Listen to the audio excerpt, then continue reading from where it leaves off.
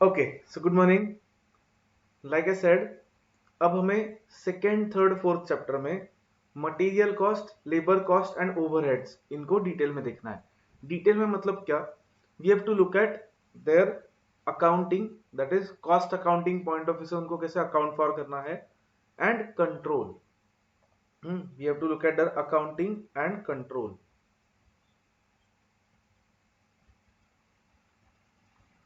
So before we go ahead, let me just tell you one small thing. First chapter में basic जो introduction का chapter था, उसमें theory में हमें एक डिफरेंस देखना है। Difference between control and reduction, difference between cost control and cost reduction. इसको हम डिटेल में देखेंगे बाद में, जब हम थियरी पे जाएंगे तब। But before that, just understand in short what cost control means and what cost reduction means, so that हम थोड़ा सा बेटर अंडरस्टैंड कर पाएंगे कि हमें क्या देखना है इस चैप्टर में। सो टेल मी, कोई कॉस्ट को कंट्रोल करना एंड कोई कॉस्ट को रिड्यूस करना, आपको क्या लगता है कि क्या डिफरेंस होगा दोनों में वर्डिंग के बेसिस पे? What do you think?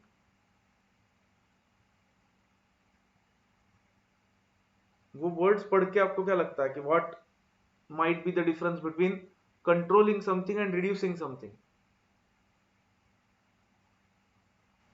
हाँ,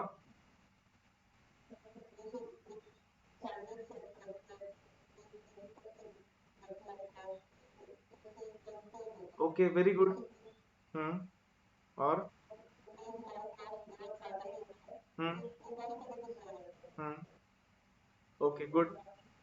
गुड मतलब देखो, कोई जब हम बजट वगैरह सेट करते हैं तो हमें क्या, हमारा क्या ऑब्जेक्टिव है कि उस बजट में ही कॉस्ट को रखना, उसको बोलते हैं कॉस्ट को कंट्रोल करना।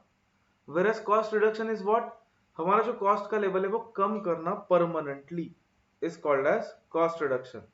वेरएज टेम्पररीली कॉस्ट को कंट्रोल में रखना is called as cost control.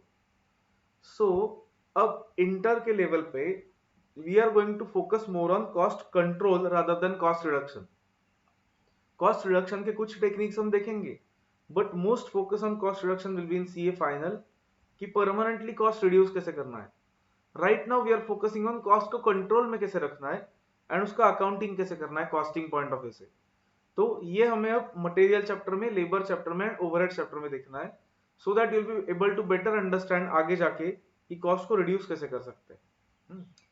Control and reduction पे प्रॉपर एक डिफरेंस देखेंगे हम 4-5 पॉइंट्स वाला, but that will see letter.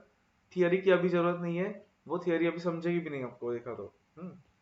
So right now let's directly move to material cost.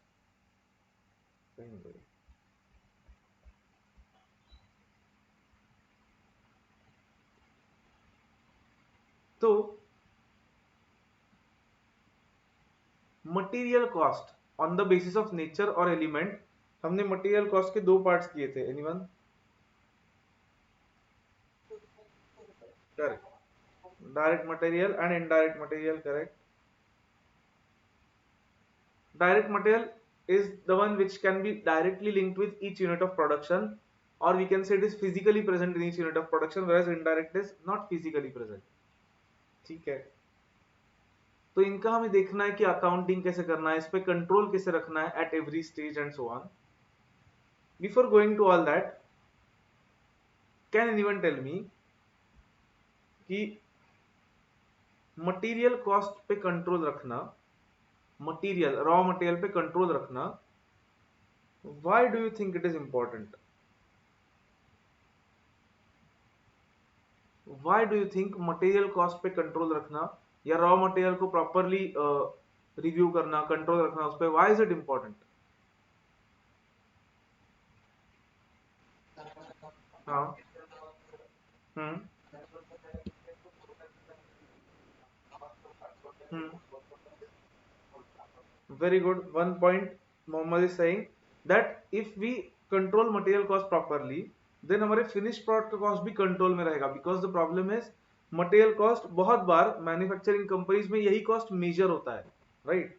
So if material forms major part, if material is major part of cost, then क्या होगा, इसके वजह से product cost will be affected and product का cost affect होगा तो फिर हमारा प्रॉफिट सब कुछ अफेक्ट हो जाएगा। सो इसलिए इंपॉर्टेंट है कि मटेरियल कॉस्ट को कंट्रोल करना। और कुछ? हाँ। हम्म।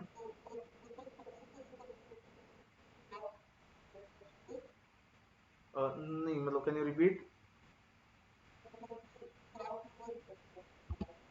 स्टॉक नहीं बचना चाहिए, बट व्हाई स्टॉक नहीं बचना चाहिए? मतलब ये सेइंग कि हमें जितना सेल करना है उतना ही हमने मटेरियल परचेस करना चाहिए, बट काव्य that is not necessary, right? मतलब फिर अगर कोई एक सा अचानक ऑर्डर आ गया एक्स्ट्रा, तो हम कर पाएंगे क्या सेटिस्फाई उस ऑर्डर को? नहीं। बट हाँ। हाँ, करेक्ट। मतलब बीच में प्रोडक्शन का प्रोसेस चेंज हो गया और मटेरियल लेके रखा है हमने, तो वो वेस्ट हो जाएगा, ऐसा बोलना है तुम्हारा, राइट? बट मुझे बोलो हर बार होता है क्या वैसा चेंज? नहीं, कहने से रेयरली होता है। तो फिर ऐसा करना चाहिए कि हमने कि मटेरियल ही नहीं लिया, हमने जितना लगता है उतना ही परचेस करते हैं, एंड फिर अगर कुछ एक्स्ट्रा ऑर्डर आया तो कहने से प्रॉब्लम आ जाएगा हमें। व्हाट काव्या इज सेइंग, ये भी एक सिस्टम होता है, इसको बोलते हैं जस्ट इन टाइम सिस्टम। बाद में देखेंगे हम इसको। जस्ट इन टाइम सिस्टम क्या होता है कि इन्वेंट्री मत रखो, बट मुझे बोलो आइडियली, मतलब नॉर्मल सिचुएशंस में इन्वेंट्री नहीं रखना भी रिस्की है काव्या, इज दैट करेक्ट? क्योंकि इन्वेंट्री नहीं रखी और सडन ऑर्डर आ गया एकदम से, तो फिर प्रॉब्लम आ जाएगा, will not be able to satisfy that order. इसलिए जस्ट इन टाइम सिस्टम कुछ केसेस में ही फॉलो कर सकते हैं हम कि इन्वेंट्री नहीं रखना, बट ठीक है, वो क्या है देखेंगे बाद में।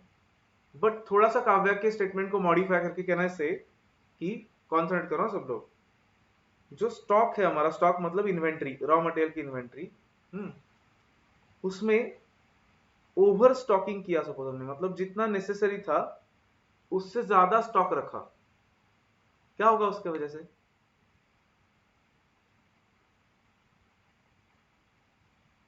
नेसेसिटी से ज्यादा स्टॉक रखा तो क्या होगा problem? Anyone?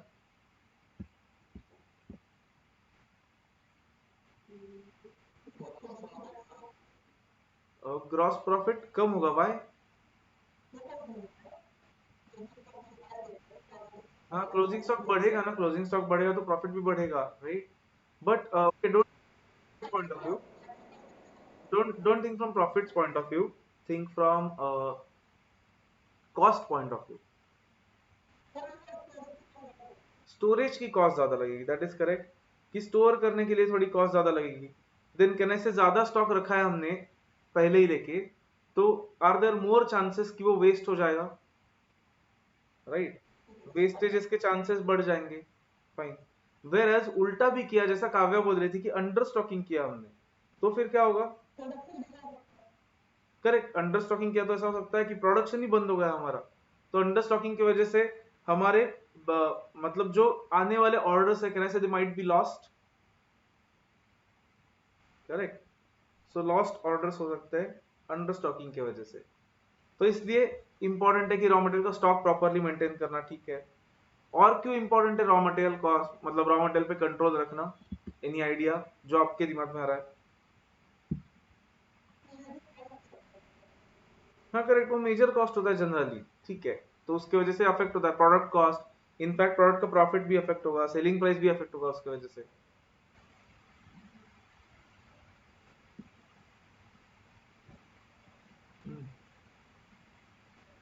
Okay, see one more thing, material की वजह से, कहने से जनरली मैन्युफैक्चरिंग कंपनीज में मटेरियल ही ऐसा एलिमेंट होगा जिसके वजह से quality of the product will be affected the most, is it correct?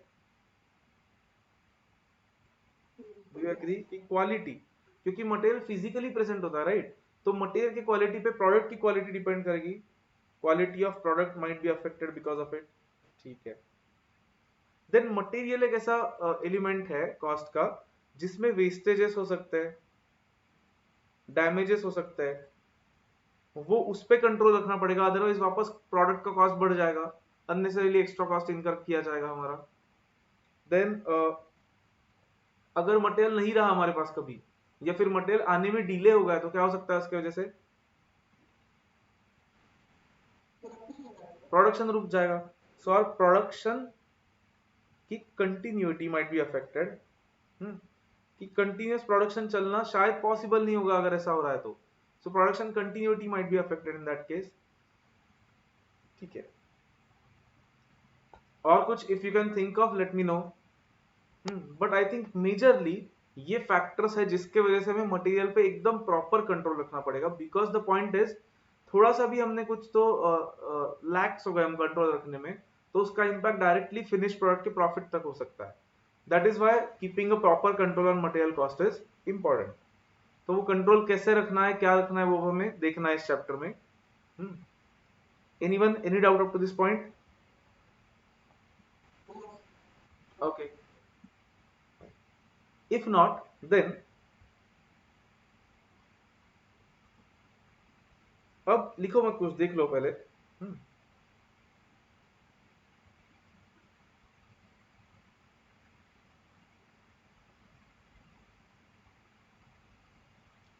Material, let's say raw material, अगर हमें मतलब see the process is raw material हम परचेस करते हैं एंड देन उसको प्रोडक्शन में यूज करते हैं. ये सब में फर्स्ट स्टेप हमें क्या करना पड़ेगा रॉ मटेरियल के लिए? रॉ मटेरियल का जो लाइफ होगा हमारे कंपनी में, हमारे एंटिटी में, उसका फर्स्ट स्टेज क्या होगा? हमें पहले रॉ मटेरियल क्या करना पड़ेगा? परचेज करना पड़ेगा, right? First we have to purchase the raw material. मतलब कहना है फर्स्ट थिंग इज हमें रॉ मटेरियल के परचेज के एरिया में कंट्रोल रखना पड़ेगा. Is that correct? So material control हम 3 स्टेजेस में देखने वाले हैं. Out of that first is material procurement control. Procurement मतलब परचेज, प्रोक्योर करना मतलब मिलना, मिलाना कुछ तो. सो प्रोक्योरमेंट पे कंट्रोल वो देखना है हमें. ठीक है. देन मुझे बोलो, इसमें आएगा परचेज करना मटेरियल. ठीक है.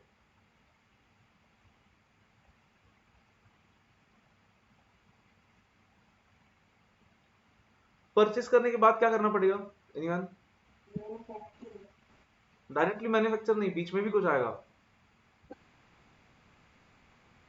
हाँ, स्टोरेज के भी पहले जो अल्ताफ बोल रहा है कि वो परचेस मटेरियल को लाना पड़ेगा हमारे यहाँ पे, right? Okay. Because see storage तो करेंगे, दैट इज करेक्ट. परचेस के बाद स्टोरेज ही आएगा आइडियली. बट उसके बीच में कहने से वो मटेरियल मतलब ट्रांसपोर्ट करके हमारे यहाँ पे लाके हमारे स्टोर्स में रखना पड़ेगा. दैट इज कॉल्ड एज, मतलब यही में आएगा, प्रोक्योरमेंट का ही पार्ट है वो. We call it as receiving the material, receipt का प्रोसेस. ठीक है. इसके बाद अब स्टोर करेंगे. बट अगेन स्टोरेज के पहले और एक स्टेज आना चाहिए आइडियली. कहने से अगर हमने मटेरियल रिसीव किया है, मटेरियल रिसीव किया है हमारे यहाँ पे, तो स्टोर्स में रखने से पहले कहने से हमने वो चेक करके देखना चाहिए. Correct. Quality control, we call it inspection. So inspection of material should be one step. तो ये सारा प्रोक्योरमेंट का पार्ट हो गया. Now you are correct. Now will go to storage. So storage control का पार्ट आएगा इसके बाद. वहां पे कुछ नहीं, स्टोरेज ऑफ मटेरियल आएगा. उस पे कैसे कंट्रोल रखना है वो देखेंगे हम. स्टोर करने के बाद क्या करना पड़ेगा? प्रोडक्शन प्रोसेस में जाएगा, उससे मैन्युफैक्चरिंग करेंगे. अब कॉन्सेंट्रेट वेरी केयरफुली. कहने से stores department is a separate cost centre and production department is a separate cost centre. हम कॉस्ट अकाउंटिंग करते वक्त प्रेफरेबली हर एक कॉस्ट सेंटर का अलग से करने का ट्राई करेंगे सो दैट सबका कॉस्ट हमें मिलेगा. तो मुझे बोलो स्टोरेज डिपार्टमेंट के पॉइंट ऑफ व्यू से कहने से वो मटेरियल बाहर जाएगा उनसे. सो हम बोलेंगे उसको इशू ऑफ मटेरियल. इशू मतलब उसको इशू करना प्रोडक्शन के लिए. इशू ऑफ मटेरियल, या फिर उसको थोड़ा बेटर हेडिंग देना है तो procurement control, storage control and will call it usage control. मतलब मटेरियल को यूज करने पे जो कंट्रोल रखेंगे उसमें आएगा मटेरियल इशू ऑफ मटेरियल. कि मटेरियल को इशू करना स्टोर्स से प्रोडक्शन में. Stores to production. ठीक है, तो कहने से इसके बाद मटेरियल का एज सच लाइफ खत्म हो जाएगा, करेक्ट, फिर वो कन्वर्ट हो जाएगा फिनिश प्रोडक्ट में या डब्ल्यूआईपी में।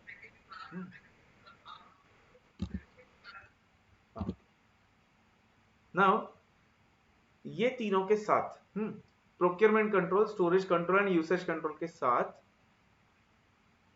can I say at each stage we should also maintain proper records of this, is that correct? ये ठीक है, हमने परचेज किया, रिसीव किया, स्टोर किया और इशू किया, इसके प्रॉपर रिकॉर्ड्स कहीं ना कहीं पे रखने चाहिए सो दैट हमें थोड़ा बेटर कंट्रोल रहेगा उस पे।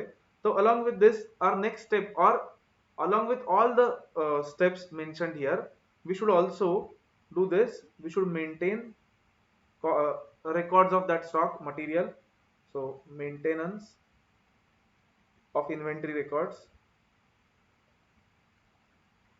एंड पीरियोडिकली हमने इसको चेक भी करना चाहिए। चेक मतलब ऑडिट।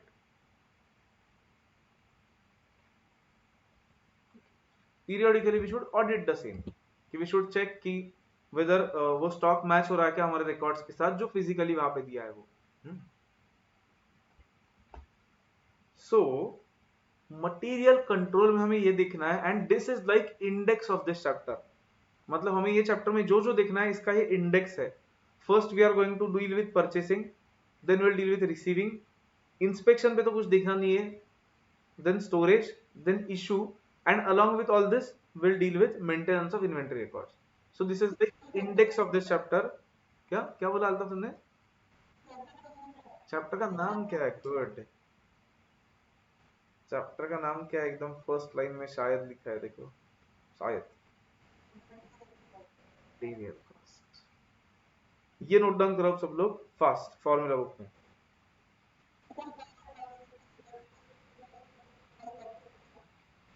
नो, अब नेक्स्ट चैप्टर्स क्या है? मैं उस दिन बोला था लास्ट दिन, लास्ट लेक्चर में, we are now going to deal with material, labor, overheads, then cost sheet, cost accounting, and उसके बाद we'll go to methods and techniques. हाँ, तो देखा है हमने ना। ओके, अब प्रगुन क्या बोल रहे थे? सबसे ऊपर है कौन सा चार्ट? ये ओके, दिस ओके, मतलब लिखा तो भी चलेगा, नहीं लिखा तो भी चलेगा, याद रखा तो भी चलेगा। कंट्रोल एंड डिडक्शन का जो बेसिक डिफरेंस है प्रॉपर, वो हमें देखना है थियरी में।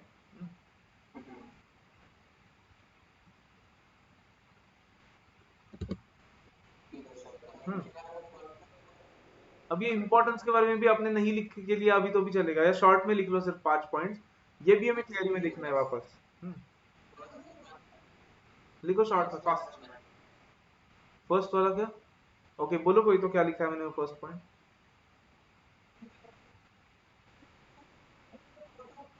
हाँ, मतलब इतना भी बुरा नहीं है हैंडराइटिंग।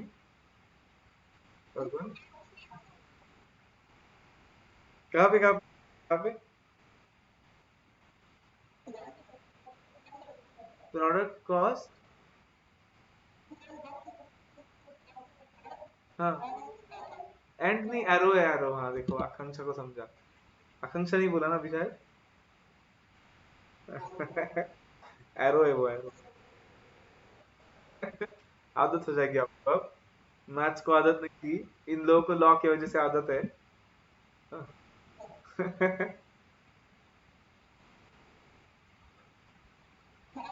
ओके, किसका इंपॉर्टेंस है? मटेरियल कंट्रोल का इंपॉर्टेंस ऑफ मटेरियल कंट्रोल, कि मटेरियल कॉस्ट पे कंट्रोल क्यों रखना चाहिए।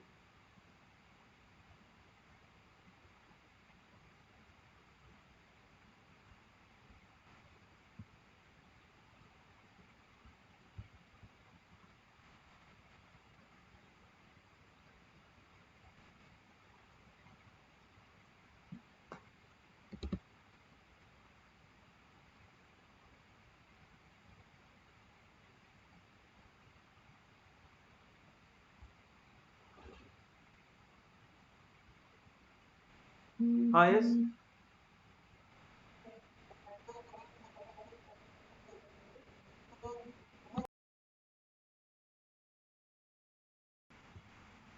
Okay, note this down. Next वाला पार्ट, मटेरियल कंट्रोल का चार्ट भी नोट डाउन करो। Okay, you don't need to look at module right now. Module के जो क्वेश्चन है वो भी क्वेश्चन बैंक में कवर किए मैंने, बट मॉड्यूल थियरी के लिए आपको रखना पड़ेगा, बिकॉज थियरी उसमें से ही करेंगे हम, क्योंकि लिखने में तो कुछ पॉइंट नहीं, बट वो हम एंड में करेंगे। एंड में मतलब आफ्टर अ फ्यू चैप्टर्स हम थियरी लेंगे, तब मॉड्यूल रेफर करना पड़ेगा फॉर एंटायर थियरी, तो पूरा देखेंगे उसमें सब। बट अभी जो कंसेप्ट है उसमें वो सब वैसे भी हम यहाँ ले रहे हैं यहाँ पे, तो no need to look at module. लिखा है हाँ, ये नीचे के 2 पॉइंट्स भी लिख लो कंट्रोल के। सो मतलब ये सब पॉइंट्स कंसिडर करके, हाँ क्या, हाँ हाँ ओके ओके, देखो तो ये सब पॉइंट्स कंसिडर करके, how many points do we have to see here, 1 2 3 4 5 6 7। Remember these 7 points are like index of this chapter. ये थ्रू आउट द चैप्टर में ये 7 पॉइंट्स देखने हैं, उसमें से इस पे कुछ नहीं देखना है, बट स्टॉक ऑडिट पे भी कुछ नहीं देखना है, इतना थियरी ही है। But on other points we have to see in detail one by one.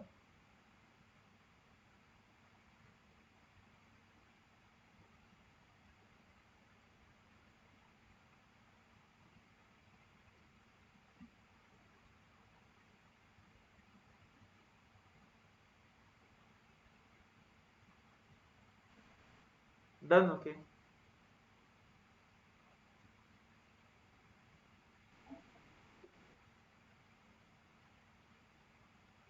अब पता है ना अल्ताफ, तुम्हें अब जाना नहीं है से जल्दी जल्दी से वहां पे क्लास को, घर से ही करना है।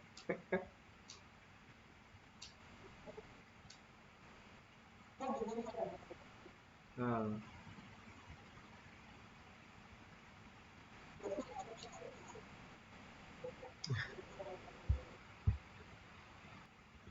okay, so let's start with first part of the chapter, which is purchasing of material, procurement का procedure।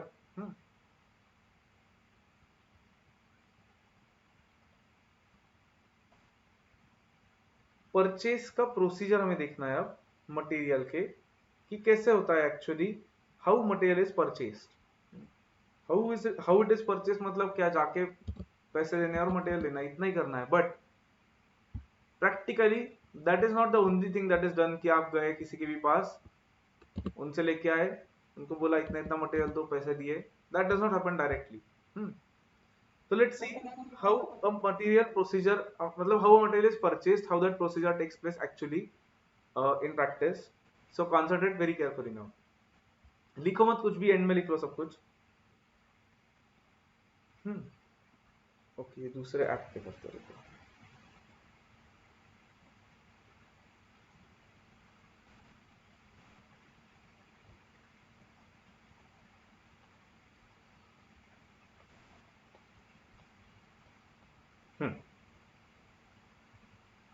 Now tell me, material purchase करने से पहले मुझे बोलो, ऐसा होगा कि परचेस डिपार्टमेंट डायरेक्टली जाके परचेस करेगा? उनको किसी ने तो बोलना पड़ेगा पहले कि परचेस करो। किसने बोलना पड़ेगा उनको?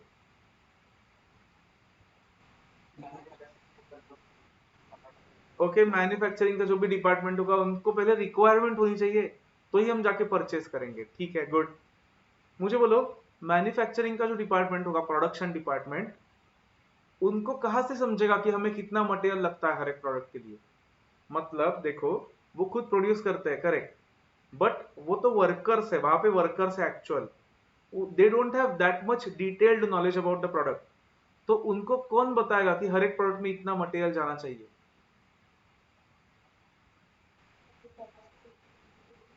बट वही तो, कि फर्स्ट टाइम उनको कौन बताएगा कि हर एक प्रोडक्ट में इतने यूनिट्स डालने चाहिए अपने रॉ मटेरियल के? Who will tell them?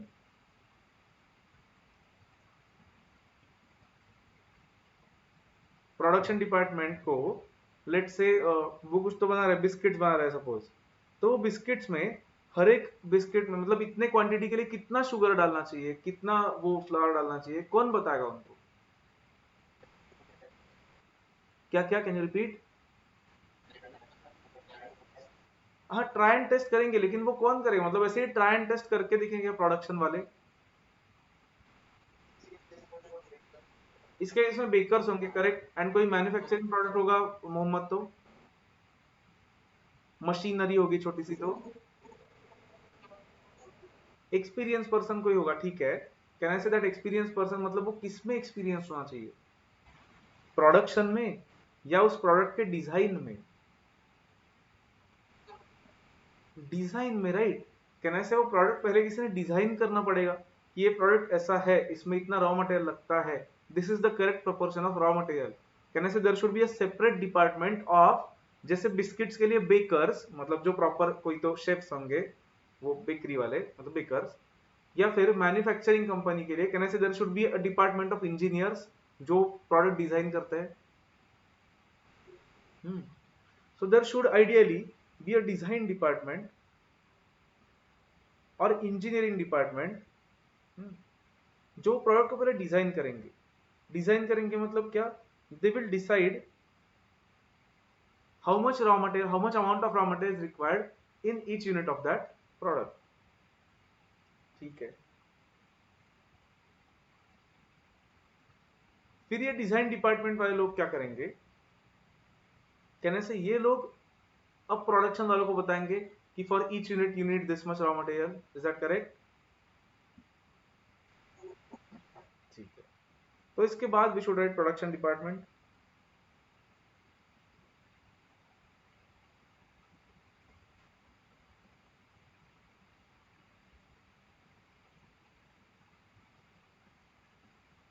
सो ये इंजीनियरिंग डिपार्टमेंट जो होगा वो प्रोडक्शन वालों को क्या बताएंगे कि how much do you need for each unit of finish product. वो जिस डॉक्यूमेंट के थ्रू उनको बोलते हैं that is called as bill of material. Bill of material, bill of material में क्या लिखा होता है कि for each unit of finish product how much material do you need for, let's say for example, for 100 biscuits, for producing 100 biscuits you need sugar this much, you need मतलब एक batch के लिए बिस्किट्स के need this much sugar, you need this much flower, you need this much, जो भी होगा, I don't know क्या होता है बिस्किट्स में। और हाँ वाटर, हाँ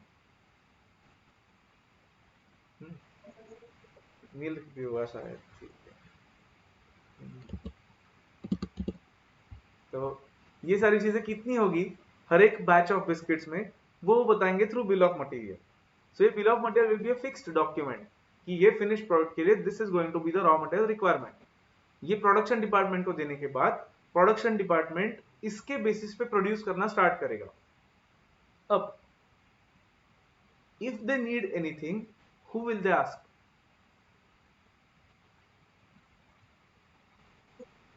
बट परचेज डिपार्टमेंट को डायरेक्टली नहीं बोलेंगे, अगर हमारे पास ऑलरेडी होगा वो मटेरियल तो।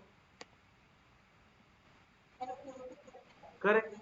पहले स्टोरेज में जाके देखना चाहिए इन्वेंट्री में कि वहां पे है क्या। So ideally these people should not go directly to purchase department, these people should go where? To stores, is that correct? Correct. तो उसको बोलेंगे हम स्टोर्स डिपार्टमेंट। तो ये लोग कहां पे जाएंगे? अब स्टोर्स डिपार्टमेंट के पास जाएंगे। बाद में लिखो, ये लिखो मत अभी, फिट नहीं होगा आपका एक पेज पे अदरवाइज।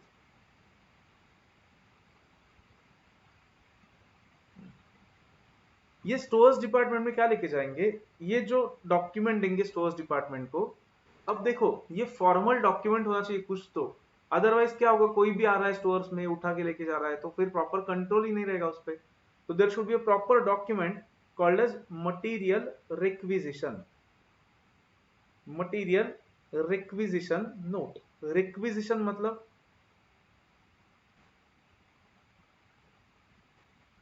रिक्विजिशन मतलब पता है किसी को?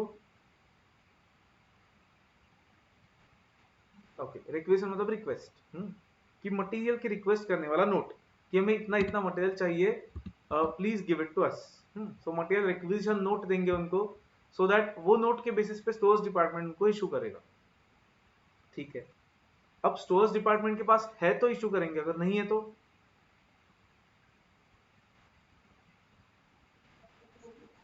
करेक्ट, तब परचेज डिपार्टमेंट के पास जाना पड़ेगा। मतलब stores department will now go to purchase department.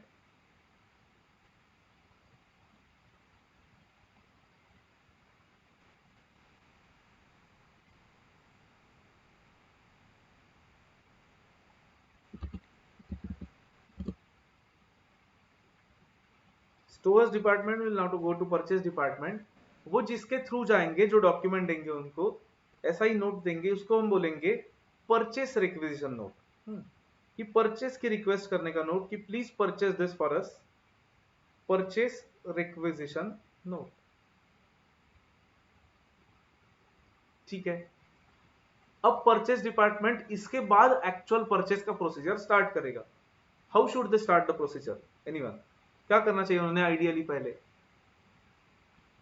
Directly जाके परचेस करना चाहिए कि मार्केट में जाके? कैसे पता करेंगे मार्केट में कितना प्राइस चल रहा है? वेरी गुड, कोटेशंस लेंगे। लोगों से कोटेशंस लेंगे, मतलब क्या? कि विल सी कि हर एक एक 4-5 सप्लायर्स देखेंगे हम, which are reliable, which are trusted, and उनको पूछेंगे कि how much you are willing to supply at, कि आप कितने में सप्लाई करने को रेडी हो। तो इसका मतलब परचेज डिपार्टमेंट जो है, they will now go to suppliers.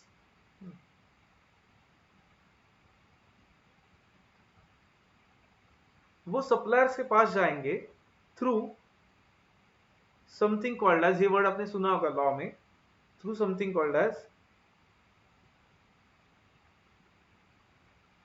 क्या बोलते हैं लोगों से इनवाइट करना कोटेशंस, इस प्रोसेस को क्या बोलते हैं? Does anyone know, remember?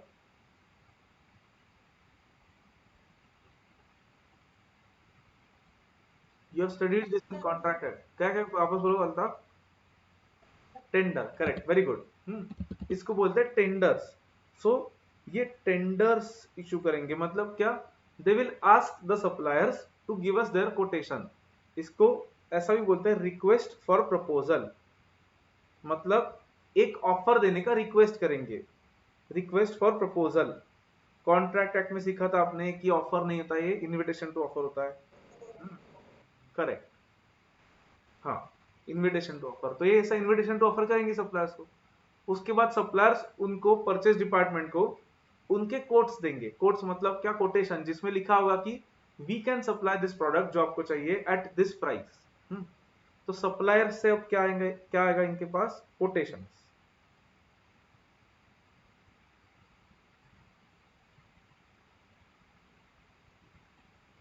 Then quotation के बेसिस पे what should they do then?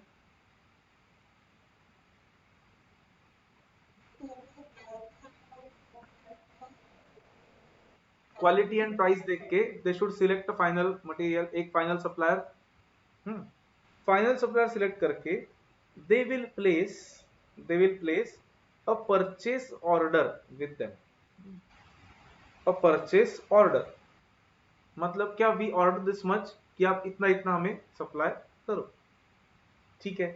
तो परचेस ऑर्डर प्लेस करेंगे एक सप्लायर फाइनल करके उसके पास से। इसके बाद अब सप्लायर क्या करेगा ideally?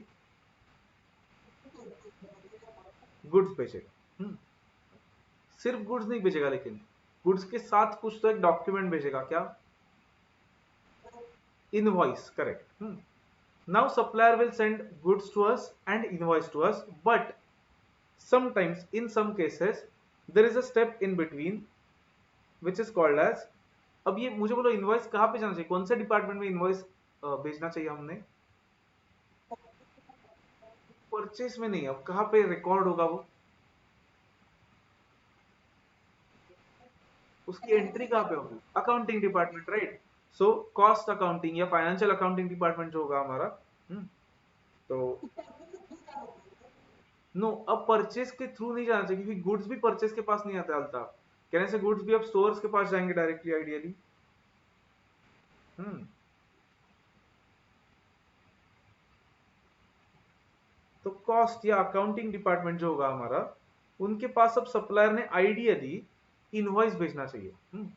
But sometimes there is one more step in between, seventh step लिखते हैं इसको, कॉल्ड एज प्रोफॉर्मा इनवॉइस। आपने सुना है क्या वर्ड कभी?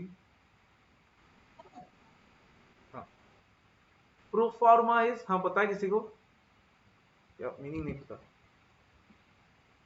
सुना है, okay. A proforma is like a draft, draft invoice, कि this is how our invoice is going to look like. मतलब इन केस अ सप्लायर का सपोज ऐसा है कि प्रोडक्ट स्टेजेस में आने वाला है मल्टीपल, उसके बाद फाइनल इनवॉइस आएगा सपोज, या फिर डिलीवरी 1-2 मंथ्स के बाद है सपोज, तो उसके बाद फाइनल इनवॉइस आएगा, ऐसा है। तो supplier might send a proforma invoice to us, मतलब कंपनी को, कि this is what our final invoice will look like, ये हमारा टोटल वैल्यू, मतलब ये नेट अमाउंट होगा, इस पे इतना टैक्स लगेगा और ये टोटल अमाउंट होगा, ट्रांसपोर्ट चार्जेस वगैरह इतने लगेंगे। तो ऐसा proforma invoice not necessarily always होगा, अगर इमीडिएट डिलीवरी है तो ये चीज होगी नहीं, तो फिर डायरेक्टली इनवॉइस भेज देगा वो final, that's it. So this is just a draft invoice to give us an idea purchase order के बाद कि this is how our final invoice is going to look like.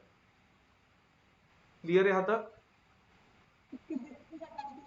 उसके बेस पे accounting नहीं करेंगे obviously, because this is not our final invoice, हमें goods भी नहीं मिले और हमें बिल भी नहीं मिला है उसका अब तक। Any doubt to this point? No. ठीक है, अब ये प्रोफॉर्मा इनवॉइस के बाद या फिर प्रोफॉर्मा इनवॉइस नहीं होगा सपोज, तो अब नेक्स्ट स्टेप क्या होना चाहिए जो आपने बोला था? अब सप्लायर ने क्या करना चाहिए? गुड्स भेजने चाहिए, करेक्ट। अब उसने गुड्स भेजे तो हमने कौन से डिपार्टमेंट में भेजना चाहिए उस गुड्स को? Stores, correct. तो अब सप्लायर से स्टोर्स डिपार्टमेंट को गुड्स जाने चाहिए, करेक्ट। स्टोरेज डिपार्टमेंट को गुड्स जाने चाहिए, सॉरी वाइट चाहिए, अरे डायगोनल में ये एल बीच में आ रहा है इसलिए, और एक लाइन ड्रॉ करनी है, अदरवाइज डायगोनल ही करना था मुझे। चलो ट्राई करते हैं।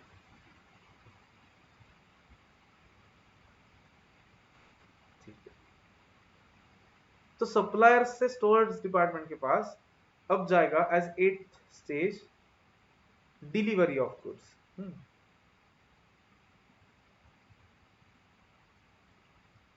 अब मुझे बोलो, डिलीवरी ऑफ गुड्स अगर किया सप्लायर ने, सिर्फ गुड्स डिलीवर किए, तो स्टोर्स डिपार्टमेंट वालों को समझेगा क्या कि कितने ऑर्डर किए थे हमने और कितने मिले? मतलब उनको क्या समझेगा, उनके पास तो इनवॉइस नहीं है। तो वो सप्लायर क्या करेगा, डिलीवरी ऑफ गुड्स के साथ विथ आइदर इनवॉइस की एक कॉपी इनको भी भेजेगा, या फिर there is something called as delivery challan. Delivery challan, delivery challan में क्या होता है, सिर्फ क्वांटिटी होती है, वैल्यू नहीं होती उसमें, कि इतनी क्वांटिटी ऑर्डर की थी अपने और इतनी क्वांटिटी हम डिलीवर कर रहे हैं। सो आइदर पूरा इनवॉइस होगा वैल्यू के साथ, मतलब बिल होगा प्रॉपर, या फिर सिर्फ डिलीवरी चलन होगा विच विल कंटेन की इतनी क्वांटिटी है which we are delivering, that's it. ठीक है, तो सप्लायर्स ने स्टोर्स को वो डिलीवरी करनी चाहिए गुड्स की, एंड एक्चुअल इनवॉइस की मेन कॉपी कौन सा डिपार्टमेंट के पास जानी चाहिए? अकाउंटिंग डिपार्टमेंट के पास।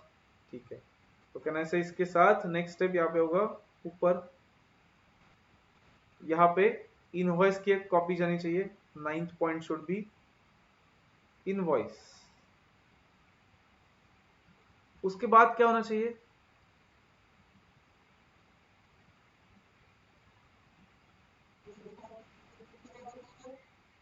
रिकॉर्ड कर लेंगे, ठीक है। स्टोरेज से प्रोडक्शन को जाएगा वो भी ठीक है, हम अभी प्रोक्योरमेंट तक ही देख रहे हैं, राइट? तो प्रोडक्शन का let's forget about it right now. इसके बाद और क्या होना चाहिए अब? ठीक है, इनवॉइस भेजा प्लान में, क्या क्वालिटी चेक भी होगा, करेक्ट, मतलब ये डिलीवरी के वक्त इंस्पेक्शन भी हो जाएगा, ठीक है।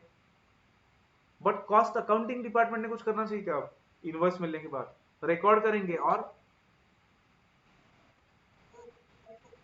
हाँ, अच्छा सप्लायर, फिर सप्लायर्स को बोलेंगे चलो हो गया सब, अब बाय, पेमेंट करेंगे, राइट? तो नेक्स्ट स्टेप भी पेमेंट की, परचेज प्रोसीजर हो गया हमारा, अब जाओ तुम, तो बोलेंगे उनको 10th विल बी पेमेंट। हमारा रिकॉर्ड हो गया, हमें जो करना था वो हो गया हमारा काम। ठीक है, पेमेंट होगा। एडिशनली मुझे बोलो, सपोज ऐसा हुआ कि कुछ गुड्स हमें रिटर्न करने पड़े सपोज, मतलब जो आए उससे लेकिन उतनी क्वालिटी मीट नहीं कर रहे थे, या एक्स्ट्रा क्वांटिटी भेजी उसने गलती से, तो रिटर्न करने पड़े हमें।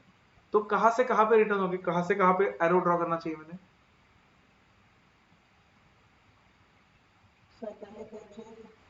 परचेज डिपार्टमेंट को क्या पता लेकिन कि रिटर्न करना है मटेरियल, किसने मटेरियल रिसीव किया है? स्टोर्स ने। तो कहने से स्टोर्स डायरेक्टली फिर वापस भेजेगा सप्लायर को, वही वो जो ट्रक आया होगा, कहने से वो अगर कोई मटेरियल एक्स्ट्रा आया है तो वो लेंगे ही नहीं, वो बोलेंगे वापस लेके जाओ, या फिर कोई डिफेक्टिव है तो बाद में सेंड करेंगे, राइट। सो स्टोर से मैंने सप्लायर को और एक उल्टा एरो ड्रॉ करना चाहिए in case there are any returns, इसलिए मैं डायगोनल थोड़ा नहीं कर रहा था, ठीक है हुआ लेकिन। तो अगर गुड्स रिटर्न हुए सपोज, तो क्या करना चाहिए, मतलब स्टोर्स गुड्स तो भेजेगा एंड उसके साथ और कुछ करना चाहिए क्या उसने?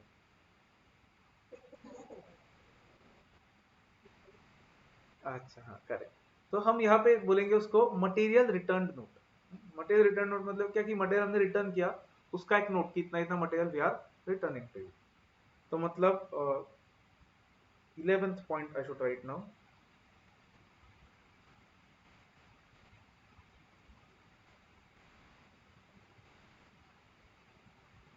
इन case anything is return.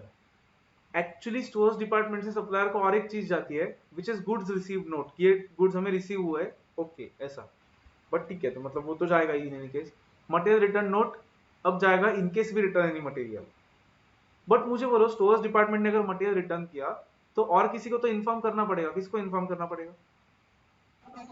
Correct, accounting department को भी इन्फॉर्म करना पड़ेगा।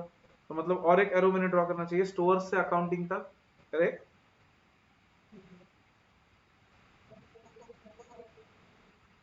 पैसे भी करेक्ट ना, पैसे वगैरह एडजस्ट करने पड़ेंगे, उसकी जर्नल एंट्री करनी पड़ेगी, तो इनको बताना पड़ेगा, राइट।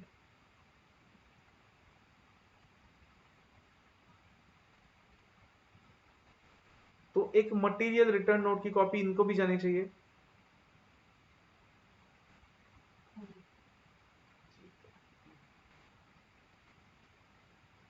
एंड जैसा मैंने बोला कि मटेरियल रिटर्न हुआ ना हुआ ना हो, छोड़ो मटेरियल के बारे में भूल जाओ, बट कहने से स्टोर्स डिपार्टमेंट ने उनके मतलब उनके पास अगर गुड्स आए, स्टोर्स डिपार्टमेंट को अगर गुड्स मिले, तो कहने से उन्होंने आइडियली सप्लायर को भी एक कुछ तो एक्नॉलेजमेंट देना चाहिए कि okay we receive the goods. Is that correct? कि उन्होंने बोलना चाहिए ना कि ओके हमें इतने इतने गुड्स मिले, नहीं तो सप्लायर को क्या समझेगा कि मिले नहीं मिले। तो स्टोर्स डिपार्टमेंट ने मटेरियल रिटर्न नोट के साथ उनको और एक चीज देनी चाहिए, इसी लाइन पे लिखते हैं वो 13th point, that is goods received note, GRN बोलते हैं उसको, गुड्स रिसीव्ड नोट, कि ओके हमें इतने गुड्स मिले, इतना मटेरियल हमने रिटर्न किया, that will be sent back to the supplier. ठीक है। अब और एक चीज क्या, करेक्ट, डिलीवरी होते ही देंगे, उसके साथ कुछ मटेरियल रिटर्न किया वही डिलीवरी से ही, तो दोनों दे देंगे कि इतना रिटर्न किया इतना रिसीव किया। हम्म ठीक है। अब ये सब ठीक है, this is the purchase procedure. Tell me, ये सब करने के बाद आइडियली ऐसा होना चाहिए कि स्टोर्स डिपार्टमेंट में जितना फिजिकली स्टॉक है उतना ही इनके रिकॉर्ड्स में दिखना चाहिए, is that correct? But practically will it always be the case?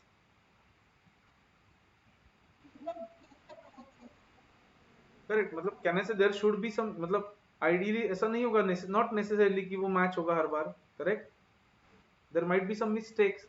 ऐसा हो सकता है कि ये मटेरियल रिटर्न नोट भेजना भूल गए, या फिर ऐसा हो सकता है कि मटेरियल लेने के बाद खराब हो गया और इनको पता ही नहीं है। हम्म, तो फिर आइडियली कहने से we should match physical inventory with inventory as per books periodically. वो कौन से दो डिपार्टमेंट्स के बीच में होना चाहिए? Store and cost accounting, correct. मतलब कहने से स्टोर्स से कॉस्ट अकाउंटिंग को आफ्टर एवरी फ्यू डेज एक इन्वेंट्री काउंट करके उसका रिपोर्ट जाना चाहिए। हम्म, उसको हम बोलेंगे 14th पॉइंट, इसी लाइन पर लिखता हूं मैं वो, material abstract. Abstract is like summary, कि मटेरियल की समरी, कि this is what is the material that is lying with us, इतना इतना इतना स्टॉक है हमारे पास, तो वो आपके बुक्स में देखो, फिर देखते हैं क्या डिफरेंस है। So material abstract is used for summary, मतलब मटेरियल की, कि हमारे पास इतना इतना फिजिकल स्टॉक है। इसके बाद अब स्टोर्स डिपार्टमेंट प्रोडक्शन को इशू करेगा, फिर वो प्रोडक्शन स्टार्ट करेंगे and so on, but that is not part of purchase, right. So procurement और रिसीविंग में इतनी सारी चीजें आनी चाहिए आइडियली, स्टेप वाइज देखा तो। Any doubt up to this point? No? Okay, मुझे बोलो, जूम होता है क्या आपके इसमें, गूगल मीट? तो जूम करके शायद कर सकते हो, या मुझे जूम करना है तो बोलो कहीं पे, लेकिन आपको दिखेगा नहीं फिर पूरा, मतलब। अच्छा, जूम नहीं, जूम कर सकते हो ना, लेकिन या नहीं कर सकते आप गूगल मीट में? तुम फोन पे हो, लैपटॉप पे हो? लैपटॉप पे तो फिर यही जूम कर दो, तुम्हारा क्रोम पे हो ना? हाँ हाँ। अच्छा, अदरवाइज और एक बेस्ट वे है, और जो रिकॉर्डिंग देख रहे हैं उनको भी ऐसा ही करना पड़ेगा, कि स्क्रीनशॉट लो और उसको जूम करो। हाँ, क्योंकि अदरवाइज मैंने जूम करके तो आपको दिखेगा नहीं पूरा स्क्रीन पे। यस, लिख लो, I will hide myself. मैं दिख रहा हूँ क्या आपको? नहीं।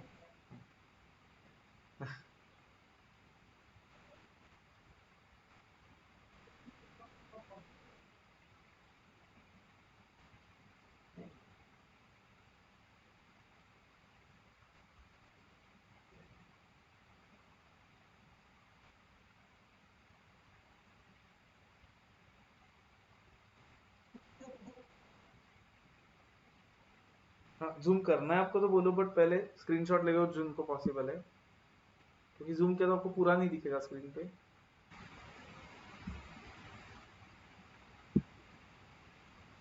मैं नहीं दिख रहा हूँ ना बीच में आपको?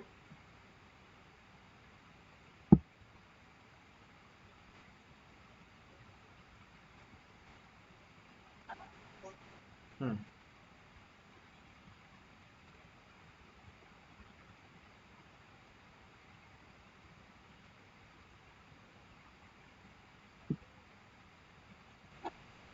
हाँ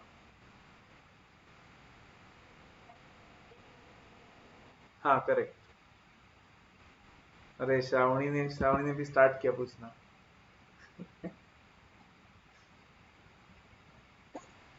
हाँ बोलो। हाँ हाँ हाँ हाँ। यस, तो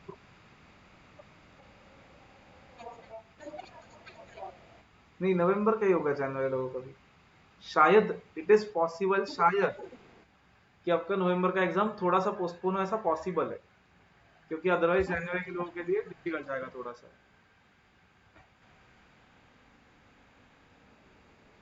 हम्म, तो वैसा ही नवंबर का ही होगा फिर।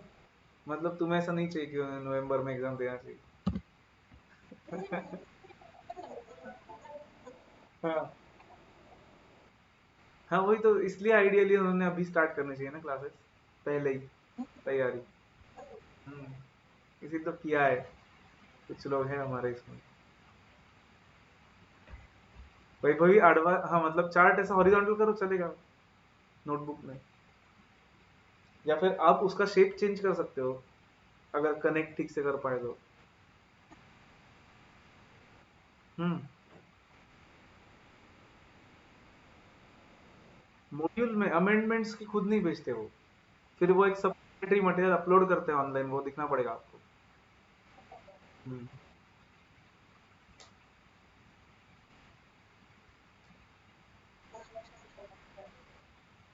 हाँ, लेकिन वो मतलब ऑनलाइन डाउनलोड कर सकते हो आप लोग, एंड प्रिंट ले सकते हो। हाँ, मतलब वो बीओएस के हर एक सब्जेक्ट में जाके आपने देखा, तो वहां पे आपको दिखेगा कि क्या क्या उसमें अमेंडमेंट्स है हर एक सब्जेक्ट के, एंड वो डाउनलोड कर सकते हो। Specially that will B for law, tax, audit. Audit में भी होता है बहुत, अकाउंट्स में कभी कभी होता है, कॉस्टिंग में कुछ नहीं होता। टैक्स में तो बहुत ही ज्यादा होते हैं। हम्म।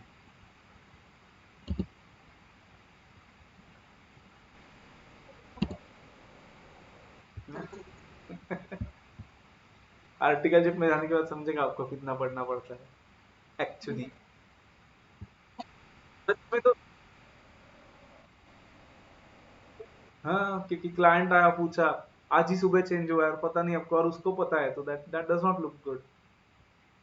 तो आपको एकदम अपडेटेड रहना पड़ता है। Not only income tax act, companies act के साथ भी अपडेट रहना पड़ता है, एलएलपीज एक्ट के साथ भी अपडेट रहना पड़ता है।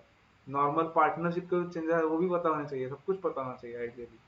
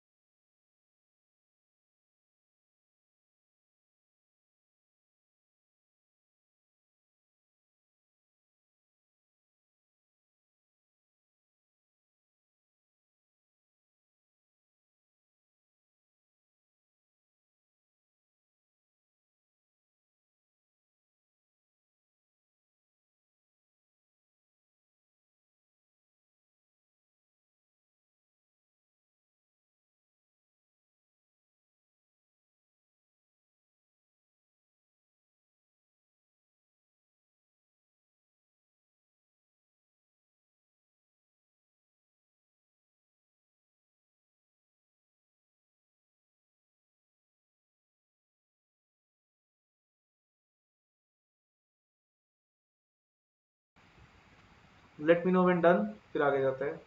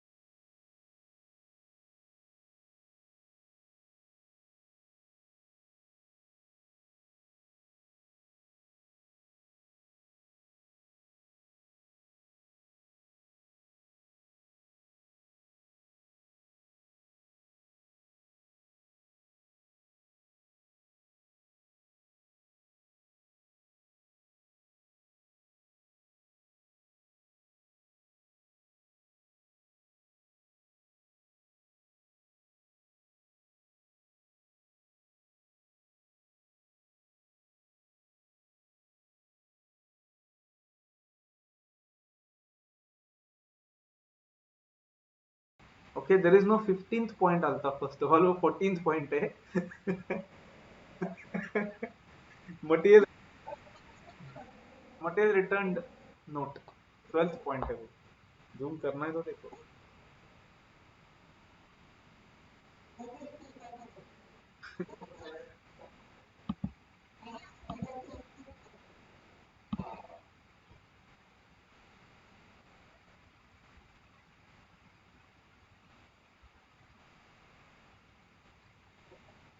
डन, सबका डन? क्या रुकना है किसी को?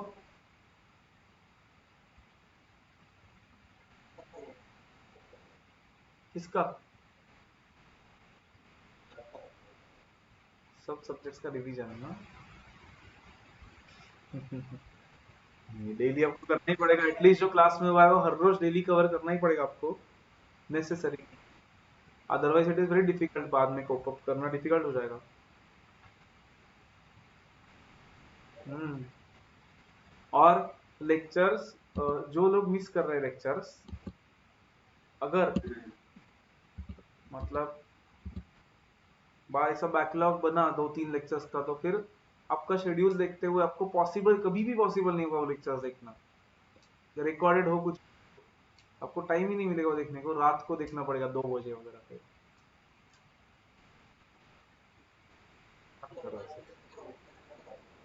वही तो, फिर नेक्स्ट वाला मिस होगा, फिर वो उस रात को देखना पड़ेगा, चालू ही रहेगा फिर loop. Done everyone, can you proceed? वही वही तुम्हारा हुआ है क्या लिख के? स्क्रीनशॉट में नहीं दिख रहा है, बोल रहे थे तुम। If anyone is left let me know, otherwise I am going ahead. हाँ, done, okay fine. Okay, so let's go ahead now, concentrate very carefully. अब जब हम थियरी पे जाएंगे इस चैप्टर के, तो इसमें से हर एक पॉइंट पे हमें थियरी देखनी है, हर एक, ये 14 के 14 पॉइंट्स पे हमें थियरी देखनी है। थियरी मतलब क्या? वी हैव टू सी उसके बारे में कि वो मतलब फॉर्मेट कैसा होता है, उसका यूज किसको होता है, and so on. But right now we are not going to go into that. हमारा कॉस्टिंग का स्ट्रक्चर ऐसे ही होने वाला है हर एक चैप्टर का, कि कंसेप्ट समझ लो पहले, प्रैक्टिकली समझ लो, देन थियोरेटिकली उसमें क्या होता है, and उसके डिटेल्स आप बाद में समझ ज्यादा अच्छे से सकते हो। जैसे कि फर्स्ट चैप्टर में जो थियरी थी, ऑब्जेक्टिव्स, स्कोप, वो फर्स्ट पहले उससे चालू किया किसी ने, तो कुछ भी नहीं समझेगा उसको, क्योंकि कॉस्ट अकाउंटिंग क्या है वही पता नहीं आपको, तो कॉस्ट, ऑब्जेक्टिव एंड स्कोप कहाँ से समझेगा, राइट? तो इसलिए वो वैसी चीजें हम नहीं देंगे, एंड में देखेंगे हम। फर्स्ट लेट्स, मतलब ये कंसेप्ट अगर समझा है तो let's go ahead.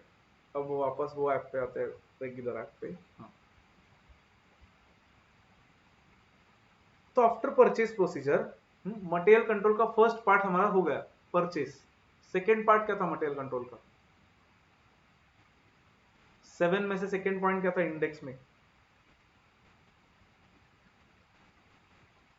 Purchase procedure के बाद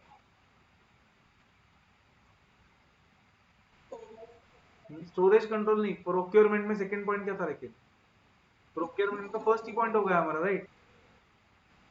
क्या है सेकेंड पॉइंट? Receiving, right? तो नेक्स्ट हेडिंग द रिसीविंग और रिसीट ऑफ मटेरियल। नहीं, इसका चार्ट नहीं होगा, इसमें न्यूमेरिकल्स देखने हैं हमें। Receipt of material.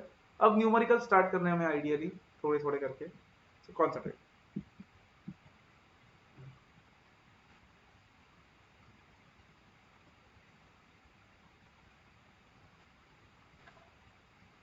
क्वेश्चंस तो कल देखेंगे हम क्वेश्चन बैंक्स के, लेकिन अभी थोड़ा सा डिस्कस करते हैं इसके बारे में।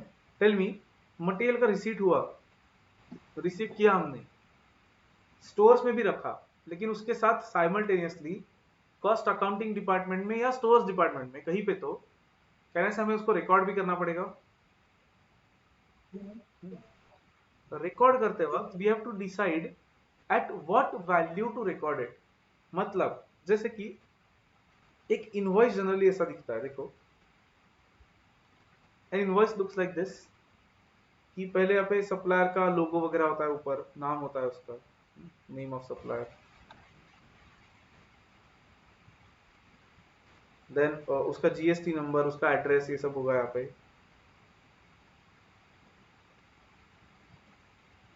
उसका इनवॉइस नंबर होगा, कहीं पे लिखा होगा, इनवॉइस डेट लिखा होगा, फिर हमारा नाम लिखा होगा टू दिस दिस कंपनी, हमारा जीएसटी नंबर लिखा होगा, उसका पैन नंबर हो सकता है टीडीएस के पर्पस के लिए।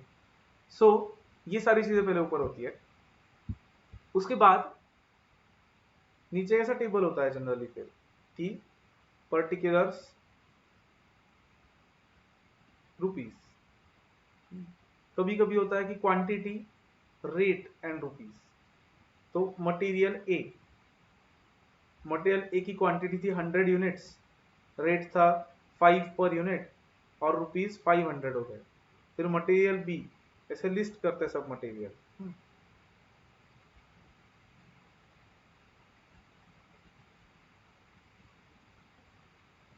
देन उसका टोटल होगा, टोटल के बाद 2 कॉलम क्यों रुपीस के, इसलिए इसलिए हाँ, अच्छा डेबिट क्रेडिट ऐसा बोल रहे हो क्या तुम? हाँ, अच्छा ओके ठीक है, समझा ना जो बोल रही थी। हाँ ओके फाइन। तो ठीक है, उसमें ये लिखा होगा। देन उसके बाद शायद ऐसा हो सकता है, इट इज पॉसिबल कि वो जो सप्लायर है वो हमसे ट्रांसपोर्ट के चार्जेस चार्ज करे, फ्रेट हमसे रिकवर कर दे। इट इज पॉसिबल कि वो कुछ तो ट्रांजिट का इंश्योरेंस हमसे रिकवर कर दे। हाँ मतलब हो सकता है, पॉसिबल। हाँ, वो तो डिपेंड करेगा कि कितना अच्छे से निगोशिएट किया है परचेज डिपार्टमेंट ने। हाँ, तो देन उसके बाद टोटल लेंगे लेट्स से 2800। उसके बाद उस पर टैक्स लगेगा। कौन सा टैक्स होता है गुड्स पे हमारे कंट्री में? GST, right. So C GST S GST होगा, सीखोगे आप जीएसटी में जाके इसका डिफरेंस। जो भी परसेंटेज है वो अप्लाई करके वो निकालेगा सेंट्रल स्टेट जीएसटी, ठीक है। उसके बाद टोटल अमाउंट निकालेगा, जो टोटल अमाउंट हमें पे करना पड़ेगा उसको। लेट से कुछ तो है, अभी अमाउंट ऐसे लिखता हूँ मैं 140 कितना था टोटल फिर ये? 3040, राइट। तो इतना हमें सप्लायर को पे करना पड़ेगा। बट जस्ट बिकॉज हमें सप्लायर को इतना पे करना पड़ रहा है डज नॉट मीन मटेरियल का कॉस्ट इतना है 3040। We have to bifurcate this invoice into various components, कि उसमें से मटेरियल में सच में कितना लेना चाहिए और कितना नहीं लेना चाहिए मटेरियल में, हमें देखना चाहिए केयरफुली। 30, हाँ 80 है, करेक्ट है।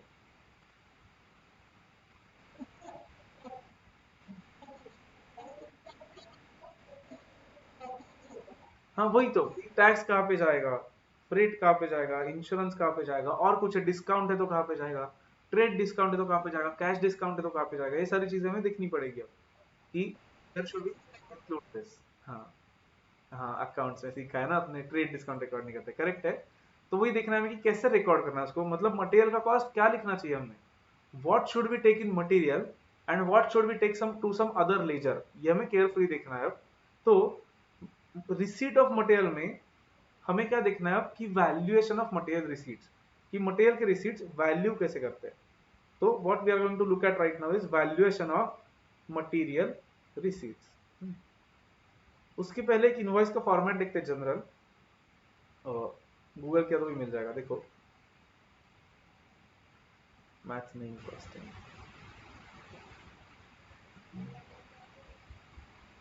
देखते हैं जीएसटी इनवॉइस फॉर्मेट देखते हैं।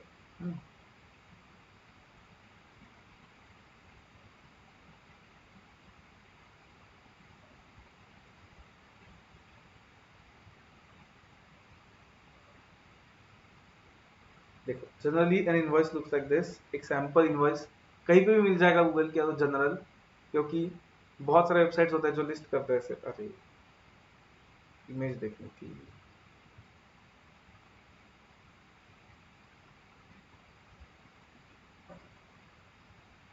व्यू इमेज ऑप्शन मिल गया है।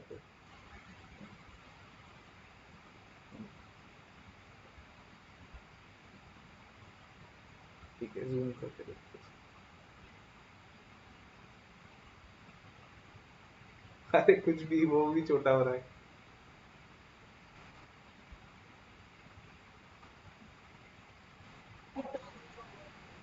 हाँ ना, विंडोज पे कुछ नहीं होता।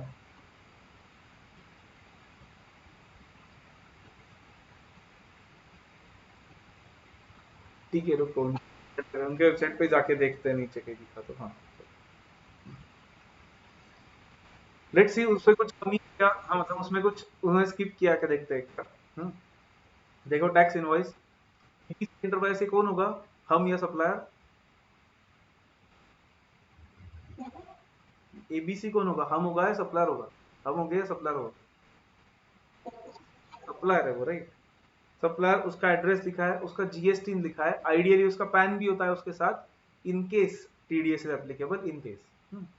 देन बिल टू, मतलब किसको बिल किया, हमारा नाम है वो, तो हम है आर के इलेक्ट्रिकल वर्क्स, हमारा एड्रेस है, हमारा जीएसटी है वहां पे। Place of supply, it is possible कि हमने ऑर्डर किया है न्यू दिल्ली से, लेकिन डिलीवर करना है उसको पुणे में, इट इज पॉसिबल, तो place of supply might be different, GST उस पर डिपेंड करेगा। देन इनवॉइस नंबर उसका जो है, अकॉर्डिंग टू जीएसटी की जो सिस्टम होती है नंबरिंग की, एंड उसका डेट। फिर description of goods, HSN code आपको जीएसटी में आएगा कि कौन से कोड के लिए कौन सा जीएसटी, मतलब goods are classified based on this HSN system, तो वो कोड देंगे वहां पे। क्वांटिटी, रेट, अमाउंट, उसके बाद उन्होंने डिस्काउंट लेस अलग से किया है और जीएसटी ऐड किया है। नीचे अमाउंट इन वर्ड्स भी लिखा है, कंपनी का पैन यहाँ पे नीचे लिखा है देखो। बैंक डिटेल्स भी रहते हैं जनरली वहां पे कि मतलब this is are bank details की डायरेक्टली इस पर ट्रांसफर कर सकते हो। इन्होंने लिखा है please make cheques in favour of DD enterprises, ठीक है, एंड उसका साइन है। तो generally these are the things which are written there. Transporter के वगैरह भी डिटेल्स होते हैं वहां पे, sometimes some extra details might be applicable. कभी कभी पेमेंट के टर्म्स भी लिखे होते हैं कि पेमेंट में be made in 30 days, 60 days, ऐसा कुछ। HSN code, like I said, it is a system under GST, मतलब इंटरनेशनल सिस्टम है वो, of classification of goods and services.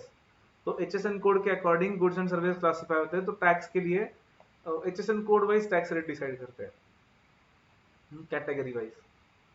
ये आप डिटेल में सीखोगे, एक्चुअली इंटर में भी नहीं सीखोगे, I think you will learn this in final, customs के वक्त। इंटर में भी पता नहीं आपको जीएसटी में होगा या नहीं, हो सकता है शायद। यस, क्या बोल रहे थे।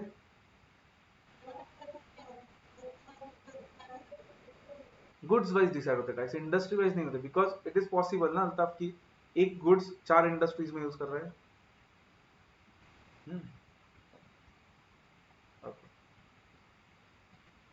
ठीक है। तो ऐसा जनरल इनवॉइस का फॉर्मेट होता है। अब ये इनवॉइस में से कौन सी चीजें एक्चुअली मटेरियल कॉस्ट में हमने इंक्लूड करनी है, वो हमें अब देखना है कॉस्टिंग पॉइंट ऑफ व्यू से। So we have to see valuation of material receipts, की मटेरियल रिसीव हुआ तो उसको वैल्यू कौन से बेसिस पे या कितने वैल्यू पे करना है, क्या क्या चीजें ऐड करनी है, क्या चीजें नहीं ऐड करनी है। तो इसमें अब हमें एक टेबल बनाना है वैल्यूएशन ऑफ मटेरियल रिसीट्स में कि हाँ अलग होगी नॉर्मल अकाउंट से, क्योंकि देख मुझे वो लोग नॉर्मल अकाउंट्स में हम जब परचेस वगैरह रिकॉर्ड करते हैं, do we record each product separately, each raw material separately record करते हैं क्या हम? नहीं, हम डायरेक्टली परचेस अकाउंट में डालते हैं सब कुछ। बट यहाँ पे कहने से हमने आइडियली करना चाहिए हर एक रॉ मटेरियल अलग से रिकॉर्ड, अदरवाइज कुछ फायदा ही नहीं है सब करने का, राइट। बेसिक तो सेम रहेगा, एग्जैक्टली सेम। इनफैक्ट जो कॉस्ट अकाउंटिंग का चैप्टर हम देखने वाले हैं, that is exactly like accounts only, journal ledger ही देखना है हमें वहां पे। बट सिर्फ इट इज लाइक हमारा जो ट्रेडिंग अकाउंट होता है ना, उसको अगर हमने अल्ताफ ऐसा जूम इन किया और उसके एकदम डिटेल्स देखे, तो जो आएगा दैट इज दिस। तो देखो वैल्यूएशन ऑफ मटेरियल रिसीट्स ऐसे हेडिंग दो और एक टेबल बनाओ 2 कॉलम्स का। सेकेंड कॉलम शुड बी बिगर। ऊपर इनवॉइस का फॉर्मेट है, नहीं लिखा तो भी चलेगा, आप जीएसटी में सीखोगे ये। जीएसटी में you learn this invoice format, but just समझ लो, मतलब समझाए सबको तो it is okay even if you don't write it. लिखना है तो नोट कर लो शॉर्ट में, no problem. But in GST you will learn this invoice format कि क्या क्या लिखना पड़ता है इनवॉइस पे एंड एवरीथिंग। हमारे लिए वैसे भी अभी हमारे लिए this part is not relevant costing point of view से, this part is relevant, amount वाला। हाँ करो नोट।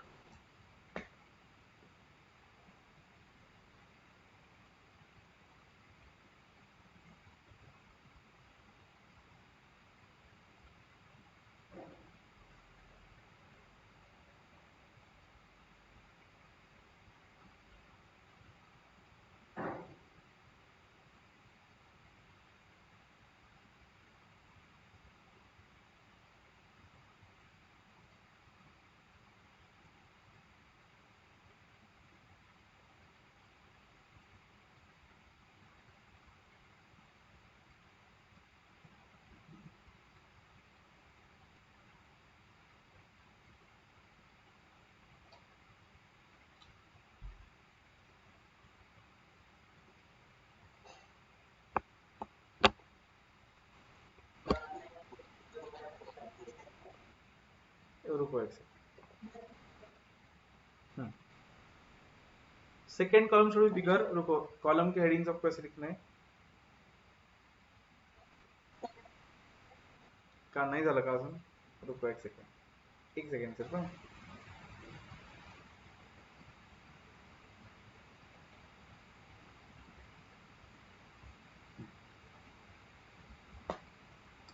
फास्ट अब तक होना चाहिए था।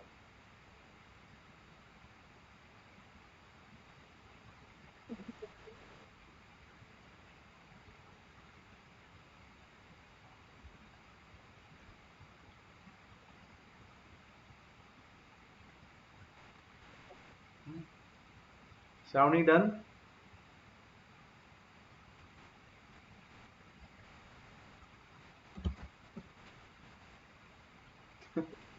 Done, okay. किसी का पेंडिंग है तो बोलो, otherwise I scroll down and ऐसा एक चार्ट बनाओ, टेबल मतलब valuation of material receipts, item and उसका ट्रीटमेंट।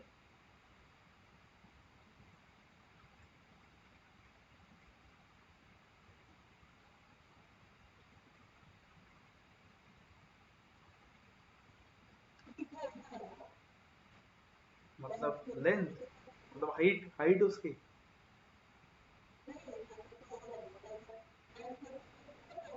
नहीं नहीं, नॉर्मली करो, पोर्ट्रेट में ही करो, वर्टिकल पेज में ही करो, हॉरिजॉन्टल मत करो, इतना भी नहीं है कुछ। Okay, so concentrate. First category of items जो हम देखेंगे that is discounts, subsidies etcetera. Discounts, subsidies etcetera, इनको कैसे ट्रीट करना है इनवॉइस का, इनवॉइस में दिया हुआ तो वो देखना है कि मटेरियल में लेंगे या नहीं लेंगे, मटेरियल का जो लेजर अकाउंट होगा उसमें लेंगे या नहीं लेंगे।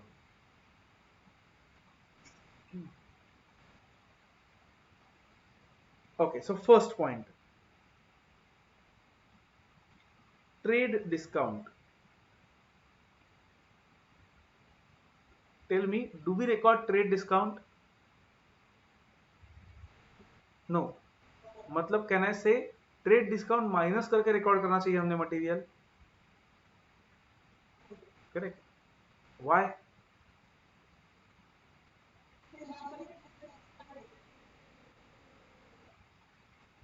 क्या? हाँ करेक्ट, मतलब करेक्ट, मिलता ही है वो, खर्चा ही नहीं है हमारा। मतलब हमने ऐसा नहीं करना चाहिए कि टोटल अमाउंट मटेरियल में डाला और डिस्काउंट अलग से इनकम में दिखाया, that should not happen. Discount minus करके जो नेट अमाउंट है दैट शुड बी शोन। ये अकाउंट्स में आपने ऑलरेडी सीखा है। तो कहना से ट्रेड डिस्काउंट के ट्रीटमेंट में लिख सकते हैं डिडक्टेड फ्रॉम मटेरियल कॉस्ट। अगर नहीं किया डिडक्ट तो करेंगे, करके दिया आपको ऑलरेडी तो वापस नहीं करना है फिर। Deducted from material cost.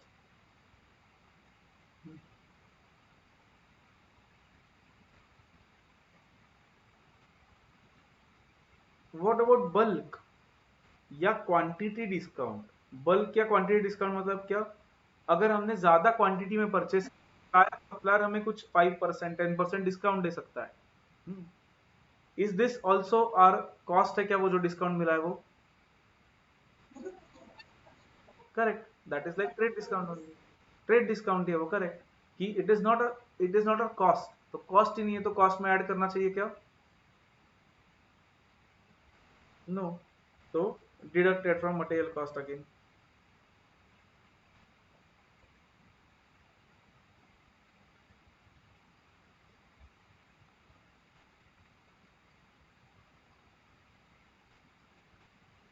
Let's see you can tell me a good logic for third point now. Cash discount.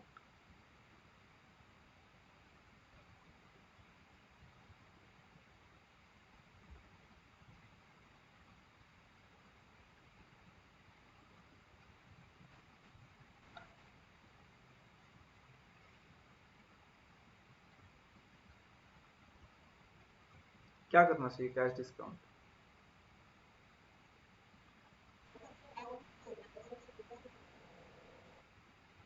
मतलब अकाउंट्स में तो नहीं करते, ठीक है, तो यहाँ पे भी नहीं करना चाहिए, यू आर सेइंग.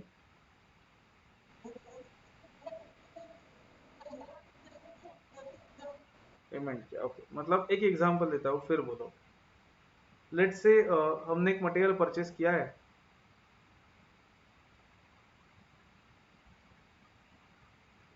₹100 को, and 5% cash discount is applicable if payment is made in 30 days. मतलब 30 days में पे किया तो 95 ही देने पड़ेंगे, 30 days के बाद पे किया तो 100 देने पड़ेंगे. तो should be record material at 100 और 95? ओके, सो ओके, तो 100 को एक वोट, एनीवन एल्स? 100 या 95? डिपेंड्स किस पे, कब पे कर रहे हैं, ओके. बट लेट्स अज्यूम कि इमीडिएटली तो जनरली पेमेंट नहीं होता है किसी का, मतलब बहुत कम चीजों का पेमेंट इमीडिएटली होता है प्रैक्टिकली, राइट? तो फिर बोलो मोहम्मद क्या करना चाहिए?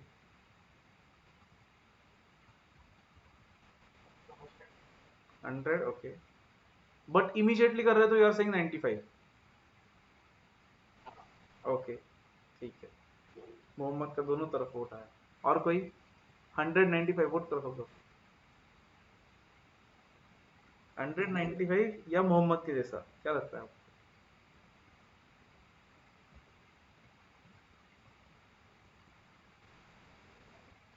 95, ओके, तीनों को एक एक वोट. और कुछ? 100, 100, भाई भवी ऑल्सो 100. Anyone else? यस आकांक्षा, बोलो बोलो आकांक्षा. क्या श्रावणी 100, ओके, एक सेकेंड ना, प्रगुण, आकांक्षा क्या बोल रही थी, बोलो वापस, नहीं सुनाई दिया मुझे. 100, अच्छा ठीक है, प्रगुण क्या? नहीं, वो बाद में बता दो, मेरा वोट. कास्टिंग वोट देता हूँ, कास्टिंग वोट. तुम्हारा किसको है प्रगुण वोट? एम मतलब जो मोहम्मद बोल रहा है कि Mohammed is saying right now payment किया तो 95 को करो, बाद में पेमेंट किया तो 100 को करो. 100 है, ओके, ठीक है. कैश डिस्काउंट, ठीक है, तो कॉन्सेंट्रेट. अब let's see, forget about this for some time. उसने ऐसा बोला है कि मतलब ये रिकॉर्ड किस पे करना है भूल जाओ अभी के लिए. उसने क्या बोला है कि इफ यू पे इन 30 days you can pay 95, otherwise you have to पे 100. ठीक है. Ideally then, instead of calling it cash discount, we can call it something else. क्या? Instead of calling it cash discount, can there be a better name for this?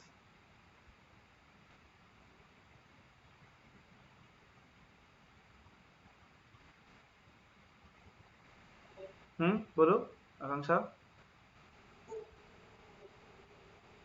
Immediate payment किया तो discount है, correct, 30 days में, otherwise नहीं है. तो उसको cash discount से कुछ अच्छा वर्ड प्रॉपर वर्ड कुछ कोई सजेस्ट कर सकता है क्या? प्रॉम्प्ट पेमेंट के लिए डिस्काउंट, राइट, बट डिस्काउंट ये वर्ड मतलब don't use the word discount, can you describe it somehow else without using the word discount? हाँ, can there be a better description for this situation? मतलब उसको discount बोलना, मैं ऐसा बोल रहा हूँ कि उसको डिस्काउंट बोलना is not actually correct because it is not discount, it is something else. What is it? हम रिबेट मतलब डिस्काउंट ही हुआ ना मोहम्मद. हाँ, तो मतलब what I am saying is it is not discount, discount है ही नहीं वो एक्चुअली और कुछ है. वो डिस्काउंट की तरफ दिख रहा है हमें, डिस्काउंट की तरह दिख रहा है हमें सिर्फ, वो it is not discount actually, it is something else. Subsidy भी नहीं, उसका मतलब डिस्काउंट कैसा ही हुआ?